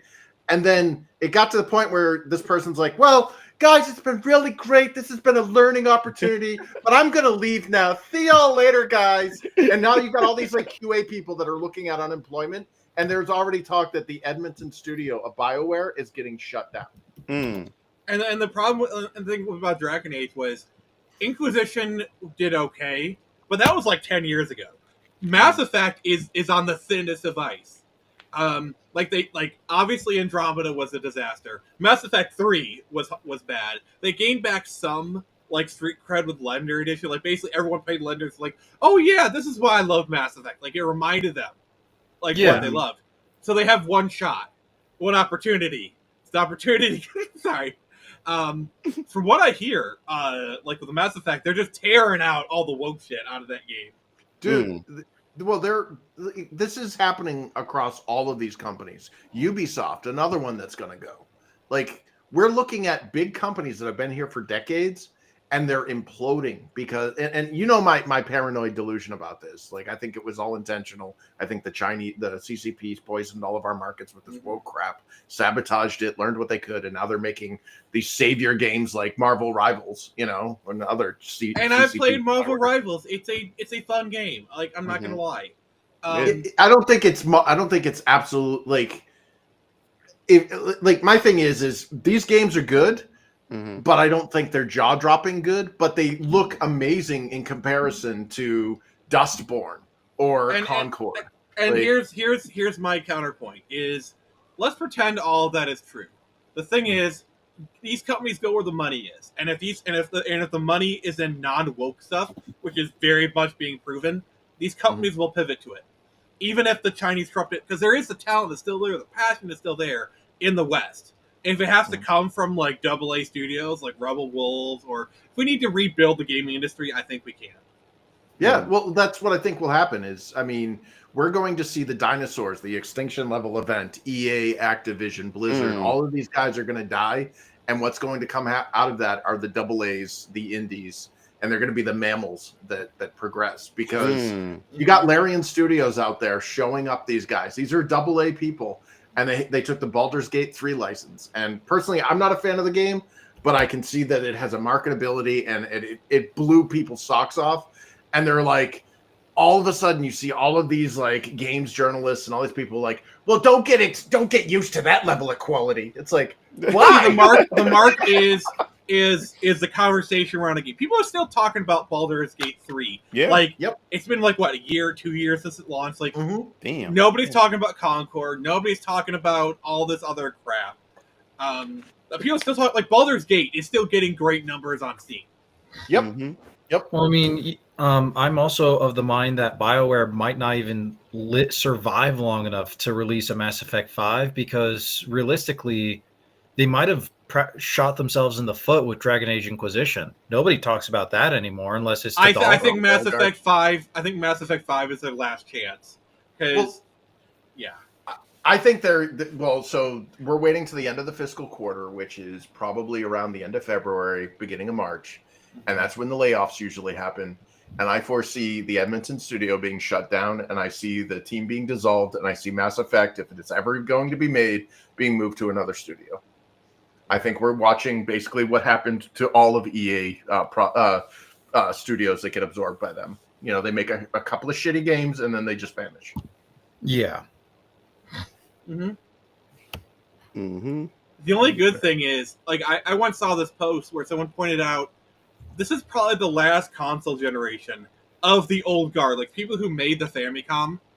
This is probably the last console that they'll touch. Like, Shigeru Miyamoto is in his 70s, like, all this old guard. They're in their 60s or 70s. Like maybe Miyamoto will have input on, like, the Switch 3 or whatever, but, like, he's already kind of stepping back. The only good thing is, Nintendo, like, the last 10 years, has been they've been mentoring the next generation. Like Splatoon, that's all the new generation of Nintendo staff. Like, they've been putting in effort to train people in the Nintendo way. So I'm confident like, and I know people have been doing doom and gloom about Steam, but like from what I understand about Valve is Gabe Newell only does like the important decisions. He's kind of a figurehead now. So even if Gabe Newell was gone, I'm sure Steam will be fine. Yeah, yeah. Well, you know a game is good too when this is a new generation of designers and developers making Splatoon, and the first thing you see like 2 years later, 3 years later is foam stars, and you're like, yep, you know you're doing good when somebody's ripping you off that shamelessly. I mean, 2 years after Breath of the Wild, the market was flooded with Breath of the Wild clones. Ocean Horn, Genshin Impact. Phoenix Rising or whatever. Yeah. Oh God, I am so sad about Bloodlines 2. That game is going to be a fart in the wind. It's going to come out, nobody's going to play it, and then it's just going to disappear. Dude, they got rid of Chris Avalon. I'm sorry, but when they lost him, they lost me. No, they got like they had that one guy from the old Troika staff there for like the initial hype, and then they like canned him a year later. Yeah, it sounds like that whole studio's a freaking mess. It's got a bunch of Daily Show watchers. Not even the same studio. Not even the same studio. Like, it's a different studio that's doing it now. Yeah. Like, I don't think we'll see the KOTOR 2, the KOTOR 1 remake. There's supposedly a different studio working on it now, but that thing was a mess. And I don't know if you ever saw the video of the guy who like did a deep dive. Apparently, they were already planning on inserting woke shit into the KOTOR remake. Oh God, yeah. Yeah, Star Wars Knights of the Republic. Star Wars Knights of the Republic, by the way. Yeah, I know what that is because I have the original on the original Xbox. Yeah. Hell yeah. Well, like Vaughn there when he left that tweet about Amy Rose in Sonic 3 movie, and I'm like, dude, they're gonna make her a girl boss. How that post credit scene, she was saving Sonic from an army of metal Sonics. Like, yeah. Well, it depends. Yeah, it depends on which version of Amy they pulling out because she was a badass in Sonic Boom. Like, I mean, she was like one of my favorite characters in Sonic Boom because she has the hammer. She does like ninjutsu flips and all kinds of other stuff. Like, I remember when they fell through the trap, everybody else landed on their head, and Amy was the only one that landed on her toes or whatever like that. So yeah, they could be borrowing a little bit about that. Yeah, out of all the Sonic characters, Amy's kind of the one who's been through the most iterations, with Knuckles being kind of the second most. But it's still. I think they'd be pulling Ian Flynn's Amy Rose for this. But it's modern media. Modern media, like it was. Vaughn even made the point. He argued it against somebody that was saying this. He's like, "What's wrong with having a girl character being rescued by a guy character?" You know, you can't have it in modern. Well, and there's not only that, but like there's a war on femininity. Here's the thing: guys have no problem with badass women. Okay, Lara Croft, Bane. I can go down the list that everyone does. Okay, like even women like sexy women. Okay, like I've said this before. I've said this before. Boobs are the great unifier. Guys like boobs. Girls like boobs. We all love boobs, okay? Like, everyone loves boobs. Yeah.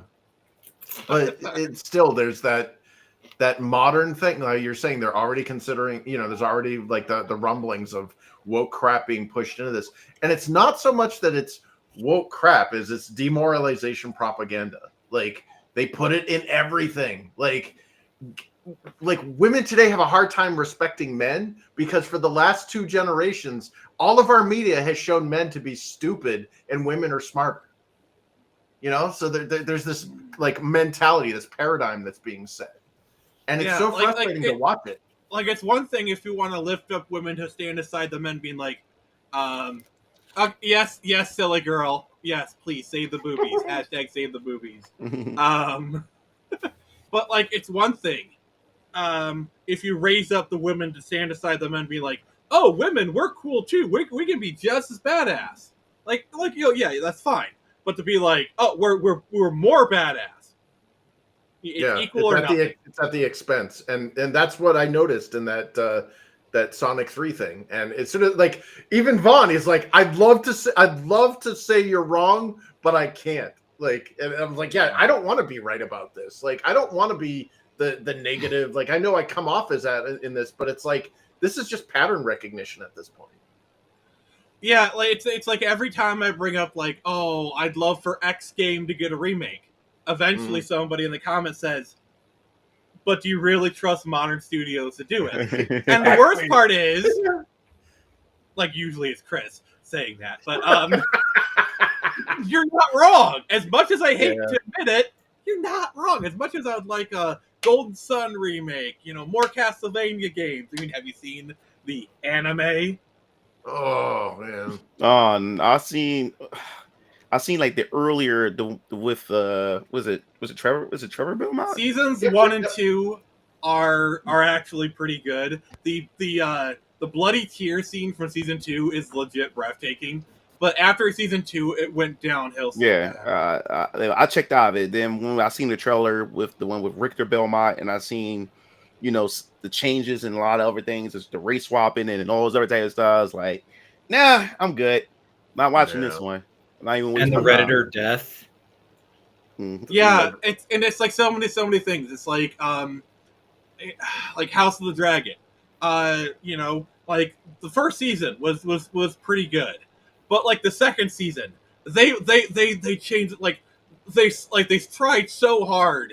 I don't know if you follow House of the Dragon, but like they woke it up. There's these two characters like Alicent. Basically, in the original story, after a while, she kind of fades in the background. Mm-hmm. Like they try so hard to bring in the story. There's one point where she literally just goes on a camping trip and floats in the water. That's the show that you're watching. Yeah, you come here for dragons and battle and shit. And you just see a woman sitting and having a picnic, and I'm like, what the fuck? And it's not even plot relevant. She's just in the woods, floating in the water for no reason. It's like the only reason they wrote those scenes is so that the actress could get her paycheck for that episode or something. I don't know. Yeah, well, the whole thing is the seasons 1 and 2 being good, and then the rest usually being garbage is kind of a season 1. Yeah. Well, I'm using this to wrap in with Castlevania as well, because usually the first, regardless of how long, usually the first 1 or sometimes 2 seasons of a show being really good and the rest being really bad is a hook tactic. The way that I see it is season 1 is usually like by the book, pretty good. Season 2 they start to sprinkle in the elements, but it's still overall like kind of good. Like this is a pattern you saw with both the Mandalorian and The Witcher. The Witcher season 1, season 2 they started to sprinkle it in. Season 3 I don't even have seen it. Mandalorian season 1 amazing. Season 2 they started to sprinkle some stuff in. Season 3 might as well be called Bo-Katan. It's an entirely different show. Dude, look at what they... Like, you just reminded me. Look what they're doing with video games, too. The first one of Kingdom Come Deliverance. Awesome game. Based as fuck. Second game's coming out. And what are they going to do in it? Everybody was for I've heard conflicting reports about that. Like, there may be some, like, gay ops going on. There may be some misinformation. Well, they censored their Steam community. Like, they're basically... I have heard of that. And it's like, guys, if you have nothing to hide, just be like, dude, we ain't putting that in. The game itself, I've heard mixed reports about it, so I'm just going to put that out there. It may be true and maybe not, but it could be a misinformation campaign. The reason why a lot of people are jumping to this conclusion after seeing what Steam did with the whatever it is, the community content, whatever the behavior guidelines are for the stupid thing, like when that type of authoritarianism clamps down. You mean the ULA changes that like Square and Epic did? Yeah, like, they're gonna sue players. If you talk bad about us online, we'll remove your account. Like, good luck. Yeah, and that's why I'll hack the shit out of your game, reverse engineer it, and make it a local only game. Thanks. See, this is when I break out the real-time fan dub. Eggman go ahead. I've got 69 other alternative accounts. No. It's like let's say you're Square and you're like a Final Fantasy 14 player. They could take away all your games on Square or whatever. Like, that's a lawsuit waiting to happen. I'm sorry. You piss. Like, that is a lawsuit. Well, actually, they've been craftily building this bullshit over the years where we don't have physical games anymore. Every game that you buy is actually you are renting a license, end user license to access this software that can be revoked at any time. Remember when in court. Remember when Valve literally had to put out an update that everyone had to like click on and say you don't actually own your game. Like that was a big thing on that's Twitter to protect them from these lawsuits because they're going to pull this shady shit where they're going to be like, this guy said a bad word or this guy got labeled an istophobe or whatever, so we're going to nuke his account that has like $1,500 worth of games on it. See, here's the problem. I put on my tricorn cap. and also, can we just give a shout out to GOG? I swear the GOG division is like an entirely separate division from CD Projekt as a whole. Because like GOG is unfathomably based. Like they basically told Blizzard to F off. They basically told Blizzard, like, if you're gonna buy games, buy them from GOG. I'm just gonna do that. I'm also gonna throw in on top of that because GOG actually has a hidden back end that you would never know about unless you knew the URL. But if you go to My Abandonware, they're actually part of GOG. They're the abandonware part of Good Old Games, where you can basically scroll through and get games that are relatively new, like relatively being like early 2000s to like truly ancient. Like No One's Lives Forever. The game like the game No One Lives Forever. Mugen Lord, have you heard of that game? What game is it? No One Lives Forever. It's basically female James Bond, but done right. Kate Archer. Yeah, it's a gorgeous game too. Yeah, gotta see that. Yeah, it's got some they have like too. You see?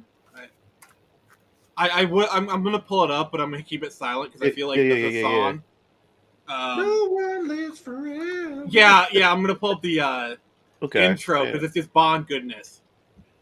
Yeah, I can run this at super high res and like it holds up graphically. Like this is a really pretty game. Both of them are actually. Yeah, it's great. But and they got Jack Bastard in it. Fat Bastard's jacked cousin. So yeah, here it is. And then John's like, I just came here to chew bubblegum and give Nick shit. And I'm all out of bubblegum. Of course you are John.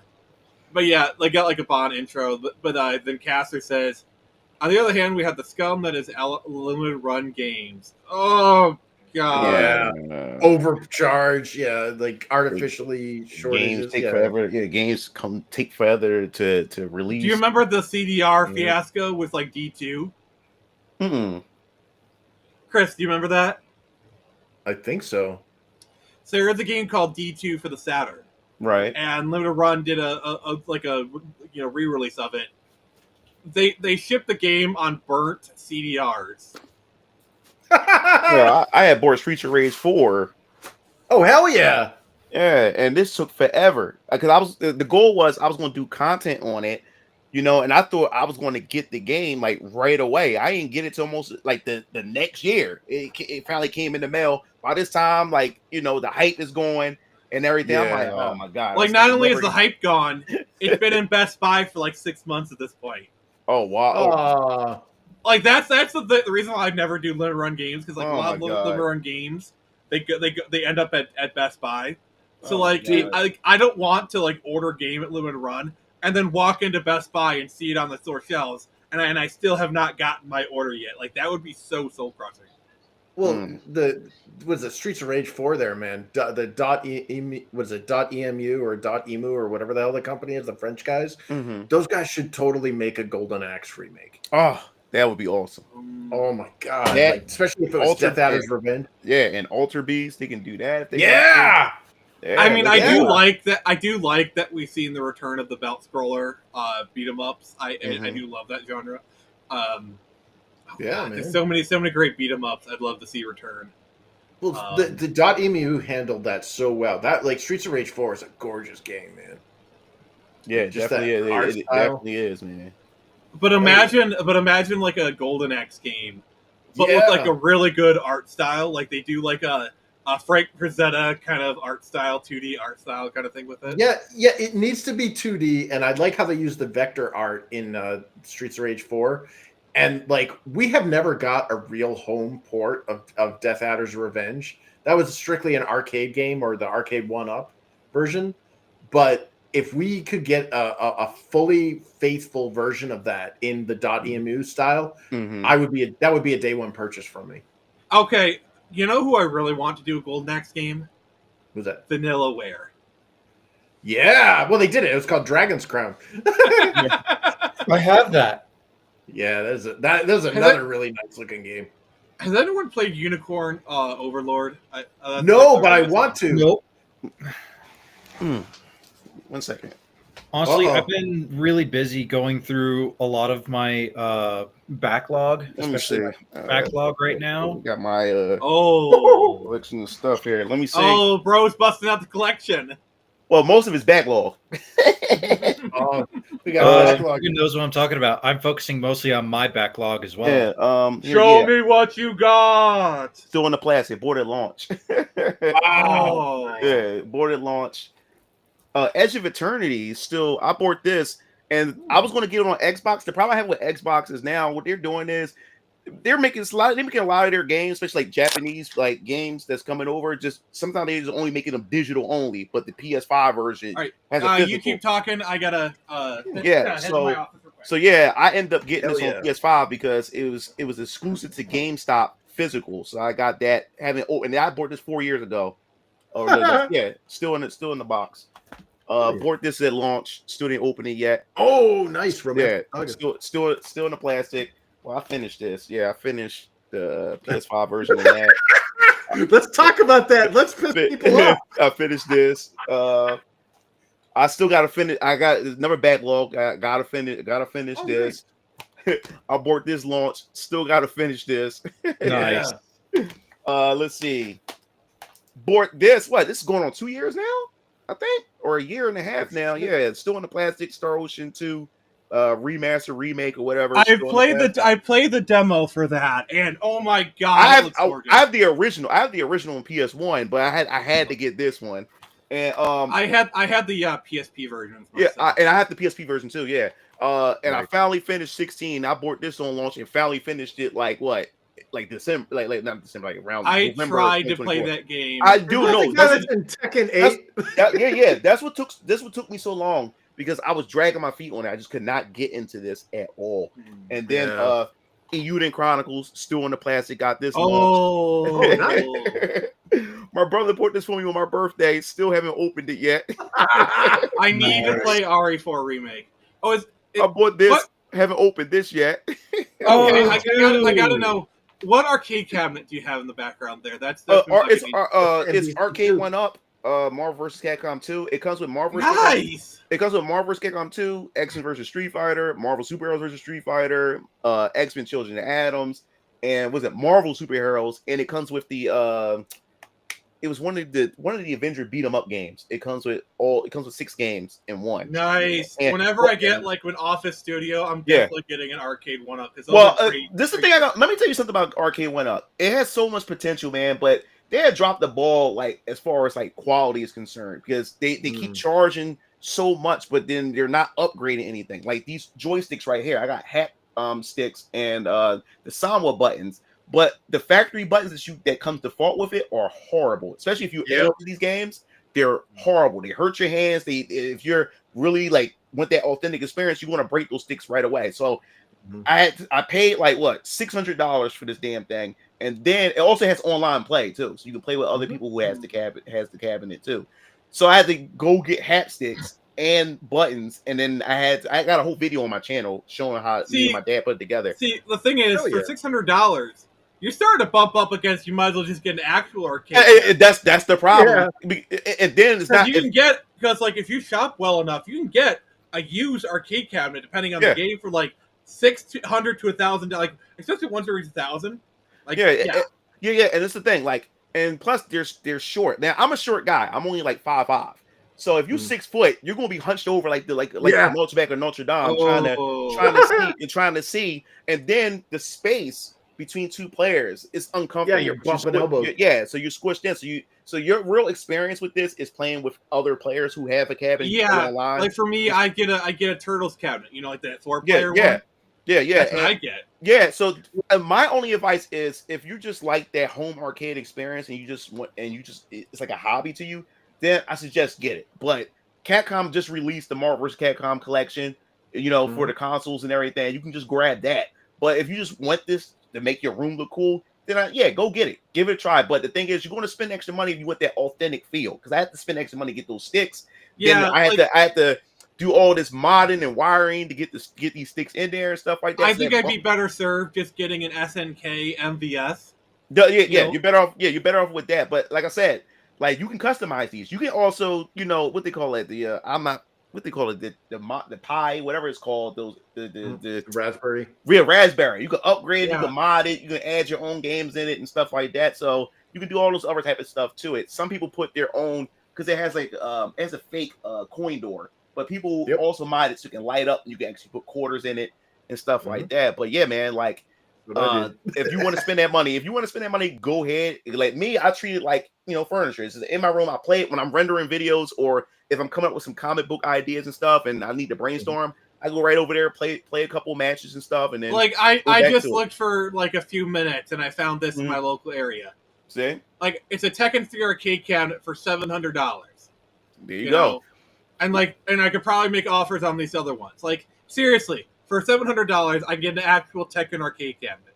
Yeah, and I understand the need for arcade one-up because there's some people who don't have the room for those authentic cabinets. They're big. These are pretty short and pretty small. Also, the other thing is arcade one-up is a lot lighter. That's the other. Yeah, thing. no, they're way lighter. They're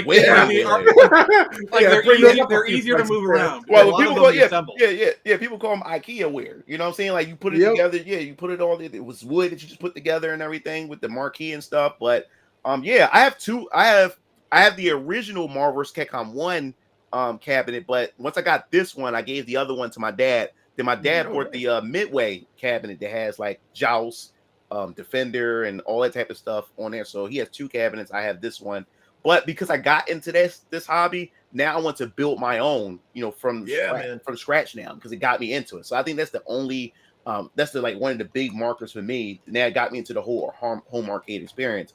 But yes, I got this at launch, like early in the PS5. Yeah, it's still in the plastic, and it's not even counting. Jesus, not even counting. Oh damn, dude! Holy shit balls! So right here. Oh my god, I gotta take all this stuff down. Yeah, I'm just buying games and not even having time to play them and stuff. I bought a Dragon's Dogma on launch, still in the plastic for the Xbox Series X. I try to support as many Japanese games on the Xbox as possible because it's always that thing where people say Xbox players don't buy games, especially Japanese games. So I try to support that as much as possible. And then my dumb ass, after I was upset with Streets of Rage from that company, whatever, I can't remember, Limited Run Games, my dumb ass went to do Ninja Turtles. And the same thing ended up happening. So I was like, So it's still in the plastic. Still haven't opened this yet. Mario Brothers, Mario and Luigi, plastic. Haven't opened it. I bought me and my daughter a copy of the Princess Peach game. Still in the plastic. I bought that at launch. Most of these games I bought at launch.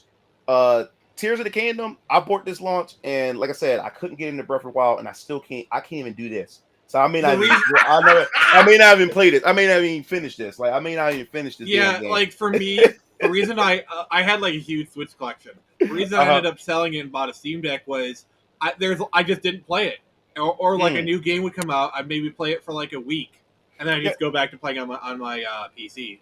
Yeah, like right here, this is where my PS5, my Xbox, my Switch, everything is over there. Everything is over there. Oh, sweet. Oh, nice. Right. Yeah, the SNK. That's the SNK. Yeah, so that's $2,000, but still, that's a decent deal because you can have like the interchangeable cartridges, or you can just do multi-cart. Like, I think that's worth the money. $2,000 for like an actual SNK, like four slot. You guys ever worked on one of those? No. How bad are they? So, here's the thing about the MVS. The MVS and the AES are the exact same system. The only difference is the housing. Each game costs about $200 to $300. You could probably get better deals now. But you literally, when you crack open the back of those MVS cabinets, it literally has this like motherboard style thing that sits 1, 2, 5, 6. I think it goes up to about 6 of those cartridges that you can basically pull out or pop in or whatever, and then and the thing that sucks is they're not hot swappable, so you have to like turn off the machine, make sure you're grounded, do all that shit because it's exposed freaking motherboards. But you basically whatever you bought for your for your AES home Neo Geo console, it's the same cartridge, and you're just plopping it in the back there. Oh, like wow. I don't think AES carts work in an MVS and vice versa. But, the ones that we worked on, dude, it was the same. Like they look like giant black SNES cartridges, like really big ones, like 2 inches. Yeah, I've seen them. They're huge. The thing is, you're locked to SNK games, but yeah, I would love to have like most gamers, I've dreamed of having like my own home arcade. Yeah, dude, I got one, man.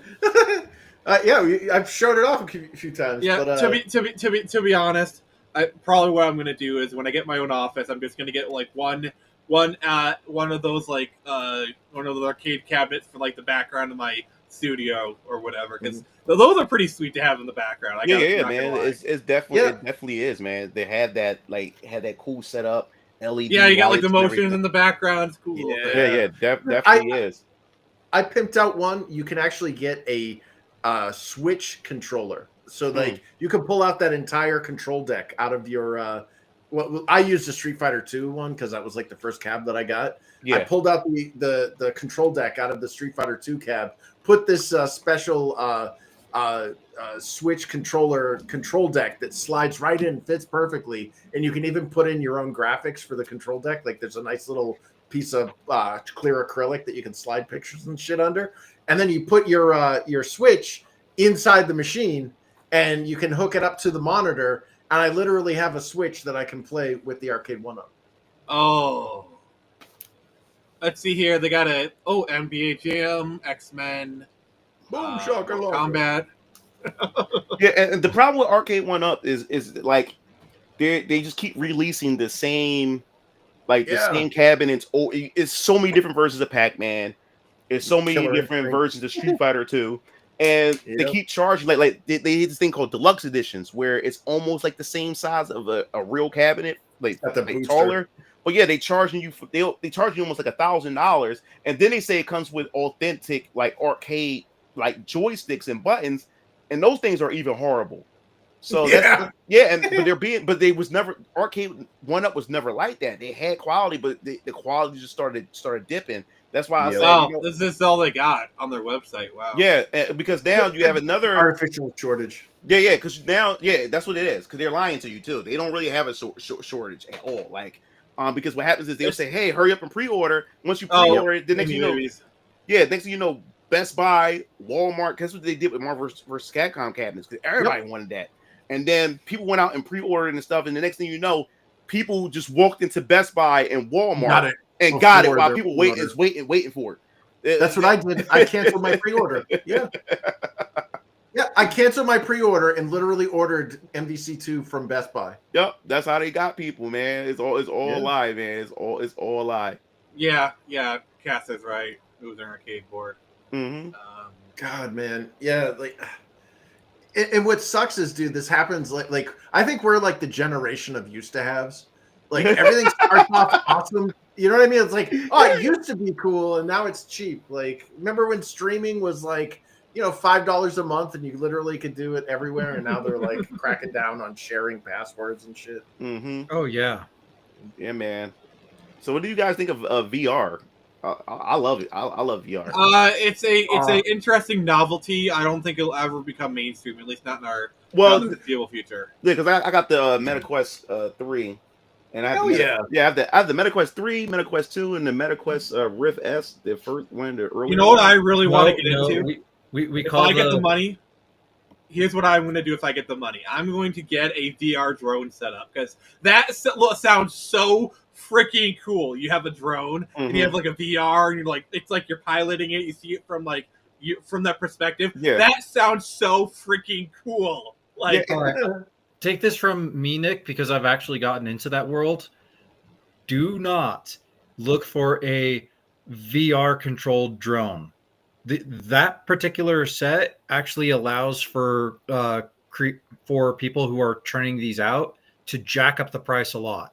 Look for an FPV drone. Stands for first person view. It is exactly the thing that you're talking about. Okay. But some of them can go as low as several hundred, as opposed to the several grand that a VR controlled drone would go. Yeah, because I want to get into that because and I've seen people do like modding to where it looks like you're piloting like an X-wing or something as you're flying. It looks so cool. Like it looks so freaking cool. Like or just like and it's in first person, so it's like you're actually flying it. Like I want to do it so bad. I love the concept of VR, and when I'm not projectile vomiting, VR is amazing.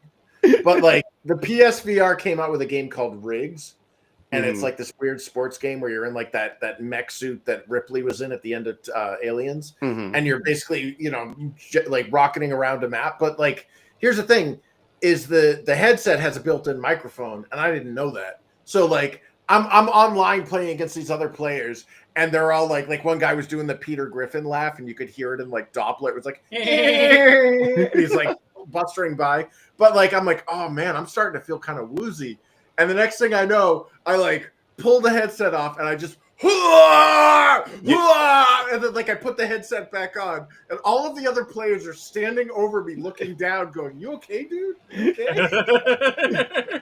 Yeah, dude. Yeah. It also depends on like the headset, how many they say how many cameras are in the lenses and stuff itself. And depends on the developer, because most games I play, I don't get motion sickness, but every once in a while there's a game that I play. Because I remember PlayStation VR headset, the first one, that shit was horrible. I remember my dad I had bought it for my dad because my dad wanted it. He had got it for him as a birthday gift, and we had got him Doom. And oh my god, I went to try Doom. I put the headset on and I started playing it, and my room started spinning. I said, "Yo," why my stomach started feeling quick. I'm like, "Why my stomach feel this way? Something doesn't feel right." And I wanted to take the headset off, man. It seemed like I was like going to Wizard of Oz because the room was just spinning out, and my stomach was done for the whole day. I couldn't eat nothing. I stayed in bed the whole day. I was like, "What the hell is going on?" It was horrible. There's vomit on his sweater, mom spaghetti. I think what happens. VR works really well for certain types of experiences. Like if it's like a sit down and pilot, like let's say it's like you're piloting like a car or a spaceship, perfect. Or I've seen ones where adventure would also be good for VR. Yeah, I can see that. Or ones where you have a defined playfield. Like I remember this one VR experience I did where there was like this like cordoned off like 16 by 16 square foot area. And you could run around, and you're like shooting zombies, trying to stop them. It was really freaking cool because I was running around, shooting zombies or whatever. And obviously, I was doing the hand motions. I feel like if I had like a plastic gun, it'd be even better. But like that's really cool. But the ones where you have to move around, that like to me, VR is about immersion. And I like the teleport or just using a controller to like walk. That kind of immersion breaking. But if it's like piloting a spaceship and I'm sitting down, perfect. Or like an FPV drone because like you're piloting it in anyway. Yeah. Like the best VR experience, because a lot of people have doubts about VR, saying, "Oh, it's a gimmick, it's a scam, it's and third." I always advise them, say, before you judge VR, you need to try Half-Life Alyx, because I have Half-Life Alyx or Beat Saber, like Beat Saber, that too. But Half-Life Alyx really just like pushes VR. Jeez, like, dude, it was the best VR experience I've ever experienced, and I see the potential in it. I think the problem is with developers. Like right now, VR is more so for the independent studios, because most independent studios make a lot of applications and games for it. But if we start having more of these AAA studios, like making more VR games, like say for instance, if like what Capcom did with Resident Evil remakes, like Resident Evil 4, for example, or Resident Evil 7 and 8. Every time they would release it, they would come out with a new update so you can play it in VR. I just think if the problem is, go ahead. The problem is, to do this, you have to make a game that's specifically designed for VR. Right. And there's really not enough of a penetration of the market for VR. The reason why Valve did Half-Life Alyx is Valve does games to push technology or hardware. Right. Okay, and like Half-Life is always their technological showcase. Whenever they have new tech they want to showcase, to make a Half-Life. So the reason they made Half-Life Alyx was to push forward VR. That's the only reason they made that game. But not everyone is Valve. That's why you see a lot of like, oh, we made a game, let's do a VR version. Like sure, you get like hits like Beat Saber, or you get like Arkham Shadow, but those are more like budget experiences, right?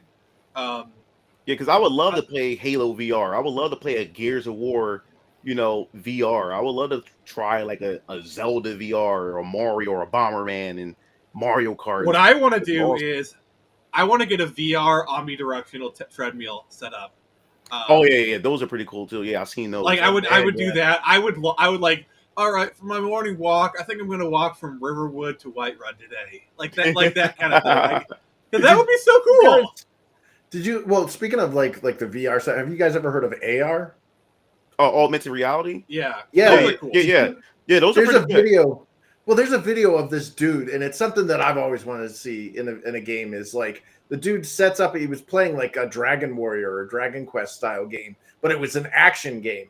And he picked up an object, and he's in his front yard beating the shit out of goblins and stuff that aren't there. Oh, you know what? Okay. This is all for all the Yu-Gi-Oh heads out here. Okay, here is like a great augmented reality experience. You're in your front yard. Both people have augmented reality glasses on. You know those like holographic Yu-Gi-Oh things, like the dual discs? Basically, you have monsters fighting in your yard, and you're doing the actual like dual disc Yu-Gi-Oh experience. Yeah, that to me, that would actually be pretty freaking sick. Yeah, like and you're like dueling in your front yard. You got blue eyes obliterating them on your lawn, kind of thing. Well, do that with Pokemon. Do that with every one of those games. You could imagine totally Pokemon Go augmented reality. Yeah, that'd be Screw the rules. I have money. like imagine you have like a Google Glass and you have like Pokemon Go in the background. You would go for like, oh, there's a Squirtle. Yep. And you just like you throw it to catch it while you're walking. Like that would be so cool. Yeah, like the MetaQuest 3 got the augmented reality feature. That's one of their biggest features. And because when I do my workouts, because I do like boxing and everything like that, the game is literally in my room. Like it's like a warp hole that's in front of my wall, and it's all these discs coming through my wall, and I'm boxing them and stuff like that. And also, you have this other one with is this pet creature. We get the headset on. He runs around in your room. He jumps on your sofa and stuff like that. It's just interesting. You could pet him and everything. I'm like, oh man, this is pretty cool. So yeah, man. Imagine like an augmented reality experience. And you're fighting Mike Tyson in your living room. Yeah, it'd be awesome. So much you could do. Or like an augmented reality arcade. Like you're looking at your wall, and all of a sudden there's a bunch of arcade machines there. Yeah, well, I know there's one augmented reality and VR arcade game where you can actually, it's like a simulator. You can buy an empty space, and then you can start adding in VR machines. Yeah, that's the other thing about VR that I really want to see is. I really want to see VR start to create like old spaces. Like imagine going through a mall in the 90s. Yeah, that was awesome. Because they have for the MetaQuest, they also have like if you wanted to watch your favorite movies and you want to stream your favorite movies, they have an actual movie theater app where it's an actual virtual movie theater, and you can invite your friends who have a MetaQuest, and you actually in the movie theater yourself. You can go up to the front desk, say, "Hey, I want a ticket of what we about to watch," and you can actually walk into the theater, sit down, and actually watch it as if you were in a movie theater. Hell yeah! Yeah, they actually have those things. It's potential there. It's there. Yeah, man.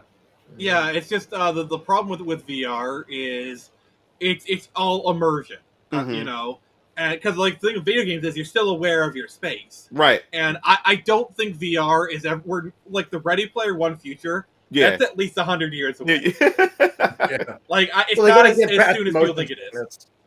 Like yeah, for me, like I look at because I have the Oculus Rift 2, and it's not as good as the 3. The 3 does have that awesome AR stuff, but like I got the 2, and I can play it for very short stints, but like. I start getting like the moment you notice you're gonna get motion sick, it's already too late. Like, I think the next big thing is AR. I think the next big field is going to be smart glasses. Like imagine like AR glasses I think that is going to be like the next big field that they're gonna we're gonna push. Oh yeah. As soon as the tech is small enough for making it work, because there are so many applications. So like obviously there's the people like me who have glasses, or just anybody, but like just daily wear AR glasses. Real-time translation. Real-time translation. Like let's say let's say you get a manga that's all in Japanese, and you look at it, and then it translates itself to English right in front of you. Yep. Or you want to know what time it is? Just look in the upper right. Mm-hmm. You never need a clock or anything. Yeah, because what's also with the MetaQuest 3 too, with the augmented reality, I'm sitting in my room because back then the MetaQuest 2, like to see your outside world, everything was in black and white, but with MetaQuest 3, everything's in color now. So everything's in color. And the crazy thing about it is, like, soon I turn it on, my YouTube channel is sitting right there in my bedroom, and then I have my other applications, and I can just click on it, just like with my finger, just click on it. It'll bring up my YouTube channel. It has like a virtual keyboard. I can just type. I can just set up all these different applications in my room. I feel like Tony Stark. I'm like, hey, Jarvis, pull this up. Yeah, like that's how I feel. Yeah, like I feel like full VR is a bit of a pipe dream, but like that, like AR kind of tech, I feel like that's like maybe 5-10 years away. Yeah, it's awesome, man. It's really, really awesome. But what do you think about AI in general? What do you think about AI though in general? Like it is overhyped, but it is a thing. I think probably what's going to happen, because AI is the current machine learning algorithm. AI is like the current blockchain technology. It's a current buzzword that the tech world's using. They're going to move on to something else in a few years. Chris, as somebody that works in tech, like I'm absolutely terrified by it, because these large language models, the buzzwords of AI this, AI that, like you look at a lot of these, like, these executives or these, people in the boardrooms or whatever, they hear AI and they're like, oh yeah, this is great. Well, yeah, it's not great when AI like basically takes your job. Like, we are looking at what automation did for unskilled labor, AI is going to do for skilled labor. Yeah, there's going to be a lot of positions that are disappearing, or like at least a lower level of skilled labor. Like, for instance, like AI is not going to write the next Great Gatsby. It's never going to do that. but to write your clickbait Kotaku articles, that's already possible. Yeah, because I got first. I kept hearing about AI this, AI that, but I didn't dabble in it. So a couple months ago, my friend, one of my college friends that I went to college with and everything, him and his wife came down to come visit me. So he kept talking to me. Richard kept talking to me. Said, "Bro, you need to check out Chat GPT and all this other type of stuff." Because he just started a new business, and he said, "Yo, it literally helped him put his business together, and his business is successful right now with him and his wife and stuff." So he said, "You need to go really look into it and check it out." So I was like, "I'll get around to it." But one day, him and his wife came down, and we went out to get some ramen and whatever, and we sat there, and they pulled out their cell phones, and they showed me Chat GPT and everything. I'm like, okay, all right, it seems interesting. So I went home and went to go try it. So I was like, look, I had some ideas for some YouTube videos or whatever like that. So I was working on a Xeno series retrospective and everything. So I started just asking it questions. Say, hey, I'm working on a retrospective for the Xeno series. What points can I bring up or add to what I'm trying to do? And this thing made a whole loadout. Well, you can do this. You can bring in this and add this, that, and the third. I'm like, oh my God. So then after that, I was like, look, I'm working on a Venus Orion Comics website later on this year. I said, can you do like coding to code a website? Like, sure. AI coding is such shit. But I looked at it. It works. Yeah, it works. Cause I said, okay. I said, look, I just want to see like how legit this was. So I said, I went to Monolith Soft. I said, can you make me like code a homepage that looks like this? I screen captured it, put it in there. It said, sure thing. It made a code in a matter of seconds. Yep. I popped it into the HTML, whatever it's called, and it literally made that homepage. Yep. I was like, what kind of sorcery is this? Listening to what you're saying, you kind of hit on the home of what AI is going to be used for. It's a tool. It is an aid. The problem we have is people are treating AI like it's a whole cloth replacement. AI will never be a whole, because yes, it helped you with your stuff, but it was still up to you to Exactly implement. Like, Yeah, sure, it did, and maybe it did 30-40% of the work, but the other 60% was still you. Yeah, because people still need to get off their lazy butts. And because when I was doing my YouTube videos and I was coming up with my scripts and ideas and stuff, I literally asked AI, I said, yo, I feel guilty doing this. I feel really bad. It seemed like cheating. It said, no, I'm just a tool. You know, you're coming to me. Of course they would say that. Yeah, yeah. We investigate, it's like the cops saying we investigate ourselves and clear Yeah. ourselves. So he said, yeah, he said, you're coming to me. You don't want to came up with the ideas. I'm just spitballing back to you some suggestions and stuff like that. But everything is still you. That's what it literally told me. I'm like, what the hell? I mean, I get that. It's just kind of hilarious. I have a horrifying anecdote story. So one of my friends, she's a very skilled UX or user experience designer. Okay. Well, she was hired to design a touchscreen kiosk for McDonald's and a couple of these other fast food companies. And the reason why she was doing that is because you're roboting. Am I still roboting? All right, you're good. You're good. I don't know why I'm wrong with that. Okay, anyways, so the reason why she was contracted to make these touchscreen kiosks was because, you know, somebody thought it was a good idea to make $15 an hour minimum wage. So they laid off a whole bunch of McDonald's staff, you know, the burger flippers, the order takers, and replaced them with a touchscreen kiosk. She goes in as a UX designer, makes this awesome touchscreen kiosk interface, does a whole bunch of UX research, gets a whole bunch of, you know, all this stuff. As soon as she puts it out there, I think it was like 3 months. I'll have to talk to her. Maybe it was 3 months or 4 months or whatever. It was under a year. And suddenly she gets let go because her job was replaced with AI. That's the problem. That's why I'm scared, because it's not, I understand it's a tool, but when you replace, like, not only that, so a lot of my friends in the tech field, the tech industry is imploding right now. And I have a lot of friends that got laid off recently or have been laid off since like July. And they are saying, and this is horrifying, all of hiring processes are now being taken over by AI. They look at your CV, your resumes, and they're like, nope, we don't need you. Or you get this like really, it sounds like a human talking to you, like, oh yeah, thanks for reaching out to us, blah, blah, blah. It's completely AI. There's no and now it's developed a cottage industry of like, okay, what keywords do you put into your CV to get the AI to like you, and what keywords to avoid?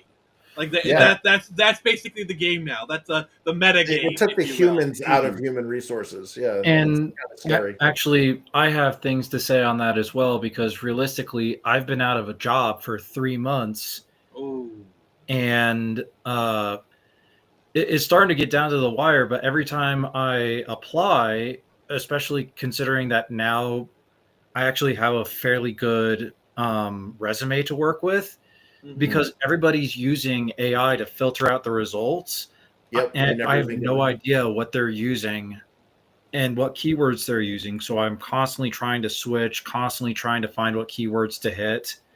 And that's actually the thing, is a lot of people who have infinitely more experience than me are having the same problem, where they can't even get through the initial screening process because the AI is not trained to find qualified people or people who could meet the qualifications. It's just trained to find the people who are saying the right things. And not a lot of people, very few people actually, know what the right things to be said are. And here's the other thing. I imagine what the right things are is probably constantly shifting, because these companies know that, like, oh, they're just going to learn what keywords to put in. So let's change up what keywords they're looking up every 6 months or something. So like the meta game, it's just the best comparison. The meta game is like constantly shifting, and so like just as soon as they get one keyword, they drop a balance path. You know. And on top of that, though, what we're seeing though is we're getting office politicians instead of actually qualified people, and you know, because the people who know the right things to say. And honestly, like taking humans out of the hiring equation and using AI. And again, I mean, there are good uses for AI, but we are seeing a lot of bad uses for them because the people in charge hear the word AI and it's this like buzzword, and they'll just use it for everything. The thing is, in my prediction, the end result is what's already there's a parallel economy already forming. you know, like the rise of independent stuff, like people opening their own bars. Like everyone is just like, all the people are like, fine, I'll do it myself. And I think we're seeing a parallel economy rise up. Like comics are crap, so people make their own.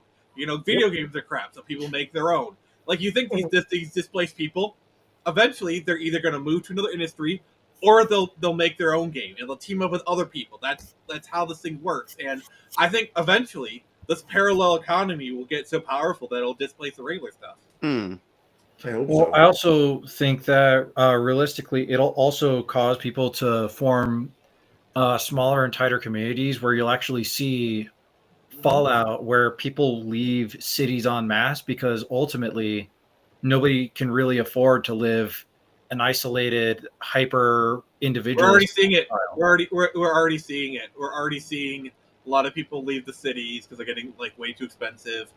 And they're Moving to suburbs. overrun with crime. Oh yeah. Yeah. But like, yeah, because people want a community. They want a scene.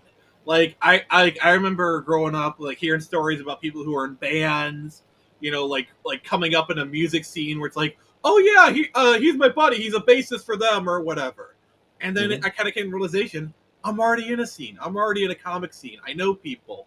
I'm doing a stream. You know, we have it right here. This is our kingdom come. All right. Okay, that was actually kind of funny. I didn't mean to do that, but I referenced a comic book. But like, this right here is what we need to do. We need to focus on each other, what we can do, what we can give to other people. Like for me, I'm platforming Mugen because he has an amazing comic that I want him to succeed. I want him to have promotion. I promote your stuff, Chris, because you've got an amazing comic, and I want to see you successful. Okay, this is what we do. We work together. We are a community. Okay. You know, a community of individuals. Obviously, we all have our own goals, but like, it's. Sorry, I got to get off the soapbox. It's good I that was you just overcome with emotion. You guys are just so awesome. I mean, seriously, it is very good that you're such a passionate individual. So, you know, no apologies needed. Please, my ego doesn't need to get any larger. Notice how I didn't fluff myself up in that one. I was talking about you guys. My ego is good enough as it is. But yeah, Mugen, what do you think about all this? As far as what, independence and the parallel economy and everything? The parallel economy, independent, you know, either comics, music, whatever. Yeah. Well, that was bound to happen, especially with what we are experiencing in the gaming industry. You know, you're trying to tell us how we supposed to accept what y'all trying to push as far as these narratives in these games and stuff and the crap that you're making. So, hey, if you guys want to continue to make garbage and stuff, I'm gonna just go over here and just create my own thing. That's what I did with Venus Orion Comics. It's something I always wanted to do, but what's been going on within entertainment with my favorite like movies, cartoons, video games and stuff, got tired of the nonsense, and all it did was push me back into my craft, which is writing stories and everything like that. It just forced me to do that, and that's why I thank them. Like, go ahead, keep making garbage. I'm gonna just focus on making my own stuff or whatever like that, and hopefully it'll draw in a crowd of people who want to see something different than what the mainstream is doing right now. So I think what that's also doing is making people step up and work on their own and do their own thing. You know what I'm saying? Because a lot of people have been relying on the mainstream to give them the entertainment they want and enjoy and stuff for so long. You know, and we've been heavy relying on it. So now that this has been going nuts and crazy and stuff, you know, you have some people that's going out there saying, hell with it. I'm going to just do my own thing. And I think that's the best thing that happens. So go ahead. All right. Not garbage. Yeah, well, I'm going to go build my own theme park with blackjack and hookers. In fact, forget the park. Sorry, like, that is my ethos in a nutshell. So a little bit of story time. So I was once attached to like a different comic company for like 10 years. And then around 2019, I had a falling out with them. And basically that was my marching orders. Like, fine, I'm going to create my own company with blackjack and hookers. And just a fun fact, I almost called my company Blackjack and Hookers Comics.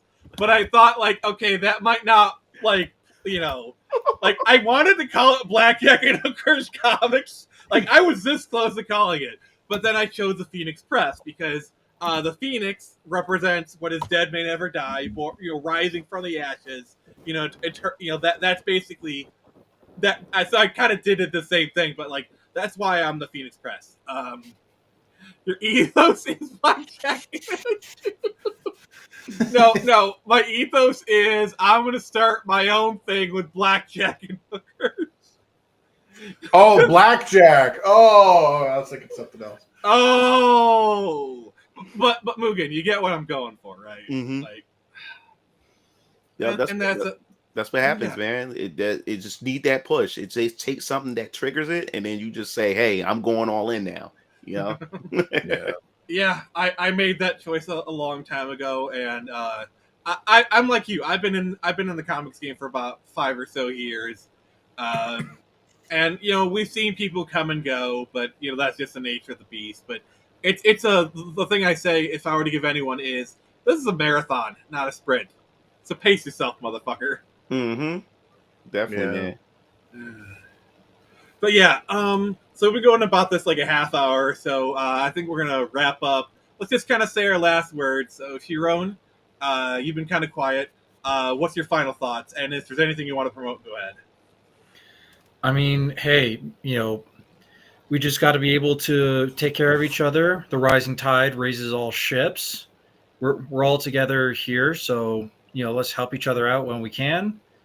And currently, my PC is down. I need to set it up, but when it's back together again, I'm planning on resuming some streaming. It's nothing too serious, but just goofing around, playing some old games. So come over to twitch.tv/loremaster_Shiro, spelled SHIROE. Drop the link in the private chat, please. Yes, of course. All right, Chris, who is your daddy and what does he do? All right. Yeah, so I'll post my link there. I got the Infinitale Chronicles #2. The campaign should be launching at the end of next month. Fingers crossed. We're just waiting on getting those final colored pages so that I can... Nope. You're roboted again, sir. Okay, I don't know why I'm roboting. All right, you're good now. Okay. Anyways, so now that I have the microphone in my nose, yeah. So we're hoping to launch by the end of next month, and yeah, if you sign up for the mailing list, you can get access to some special perks that won't be available to the non-mailing list people. And we've had some contests, some free giveaways via the mailing list these past couple of months, and people have gotten advanced copies of the manga edition, as well as some other cool stuff. So if you're into 90s style fantasy, check out Infinitale Chronicles #2. Yeah. Link is in the chat below if you want to check it out. So, Mugen, once more, please remind everyone of your amazing comic. Yes. My first comic book series from Venus Orion Comics is live pre-order campaign, and that's another thing I wanted to mention about this. My books will never be a crowdfunding campaign where I ask you to give me money to get a book made. This book was made out of my pocket. I paid out of my pocket. Smart. I paid it out of my pocket. All you're doing is pre-ordering, and that money is to cover the cost of shipping, the distribution and all that type of stuff. And whatever's left over gets reinvested back in Venus Orion Comics. It can be put towards to develop more books and everything. Smart. So that's what I will always do that. So never ask me, hey, when's the next book? If I don't have the book in my hand I can read it myself, then there will be no announcements of dates until I have the book in my hand. And then I can say, hey, the next book is going to be up. But yes, chapter 2 is going to start development in June. I'll be starting development in June for chapter 2. The first arc is 10 chapters. And I wrote the scripts for all 10 chapters for the first arc. So they're all done. I just got to make them into books and everything. So yes, definitely check that out. I'll also have a newsletter, which I'll post here. You can go there and subscribe. It's free, and you get behind the scenes information of Venus Orion Comics. And not just that, I give out free wallpapers, which a lot of people within my Discord, showed off their desktops and cell phone screens, showing off the different wallpapers that you guys downloaded and stuff like that. So yes, I always keep people up to date to see what's going on with V&S Orion Comics, and I hope you guys look forward to it. So thank you.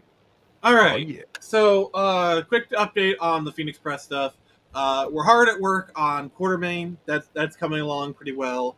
I'm doing rewrites for Lost Kingdom. I'm almost done with Chapter 3. Once I finish rewrites for that, I gotta do like a quick detour. I gotta do some rewrites for Screecher issue 4. We're starting that one in April. We have an artist, so that's well and good. Quartermain preview is going to be coming in June. Right now, we're looking at releasing Lost Kingdom in August. Art copies hopefully will be going out around April. That's to be determined. And then Screecher 4 is coming out in October. And real quick to answer Angelus, I think we met over at like some Alita Badge Angel stuff, and I actually would, if you want to come on the stream, we can talk about it. Hit me up. We'll make something happen. But thank you everyone for joining us.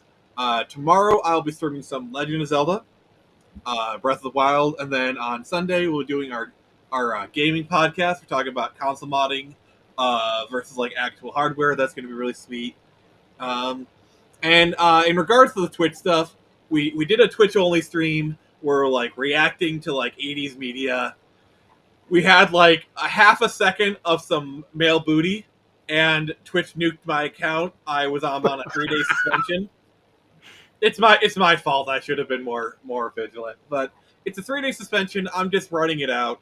We will be continuing with Crin Cinema next Wednesday. We're doing the 90s. And I'm going to be more adamant, be like, I don't want no butts, no boobs, no nudity. I want to be a good boy. But thank you, Mugen. Thank you, Chris. Thank you, Tyrone. You guys are awesome. And remember, I can only show you the door. You haven't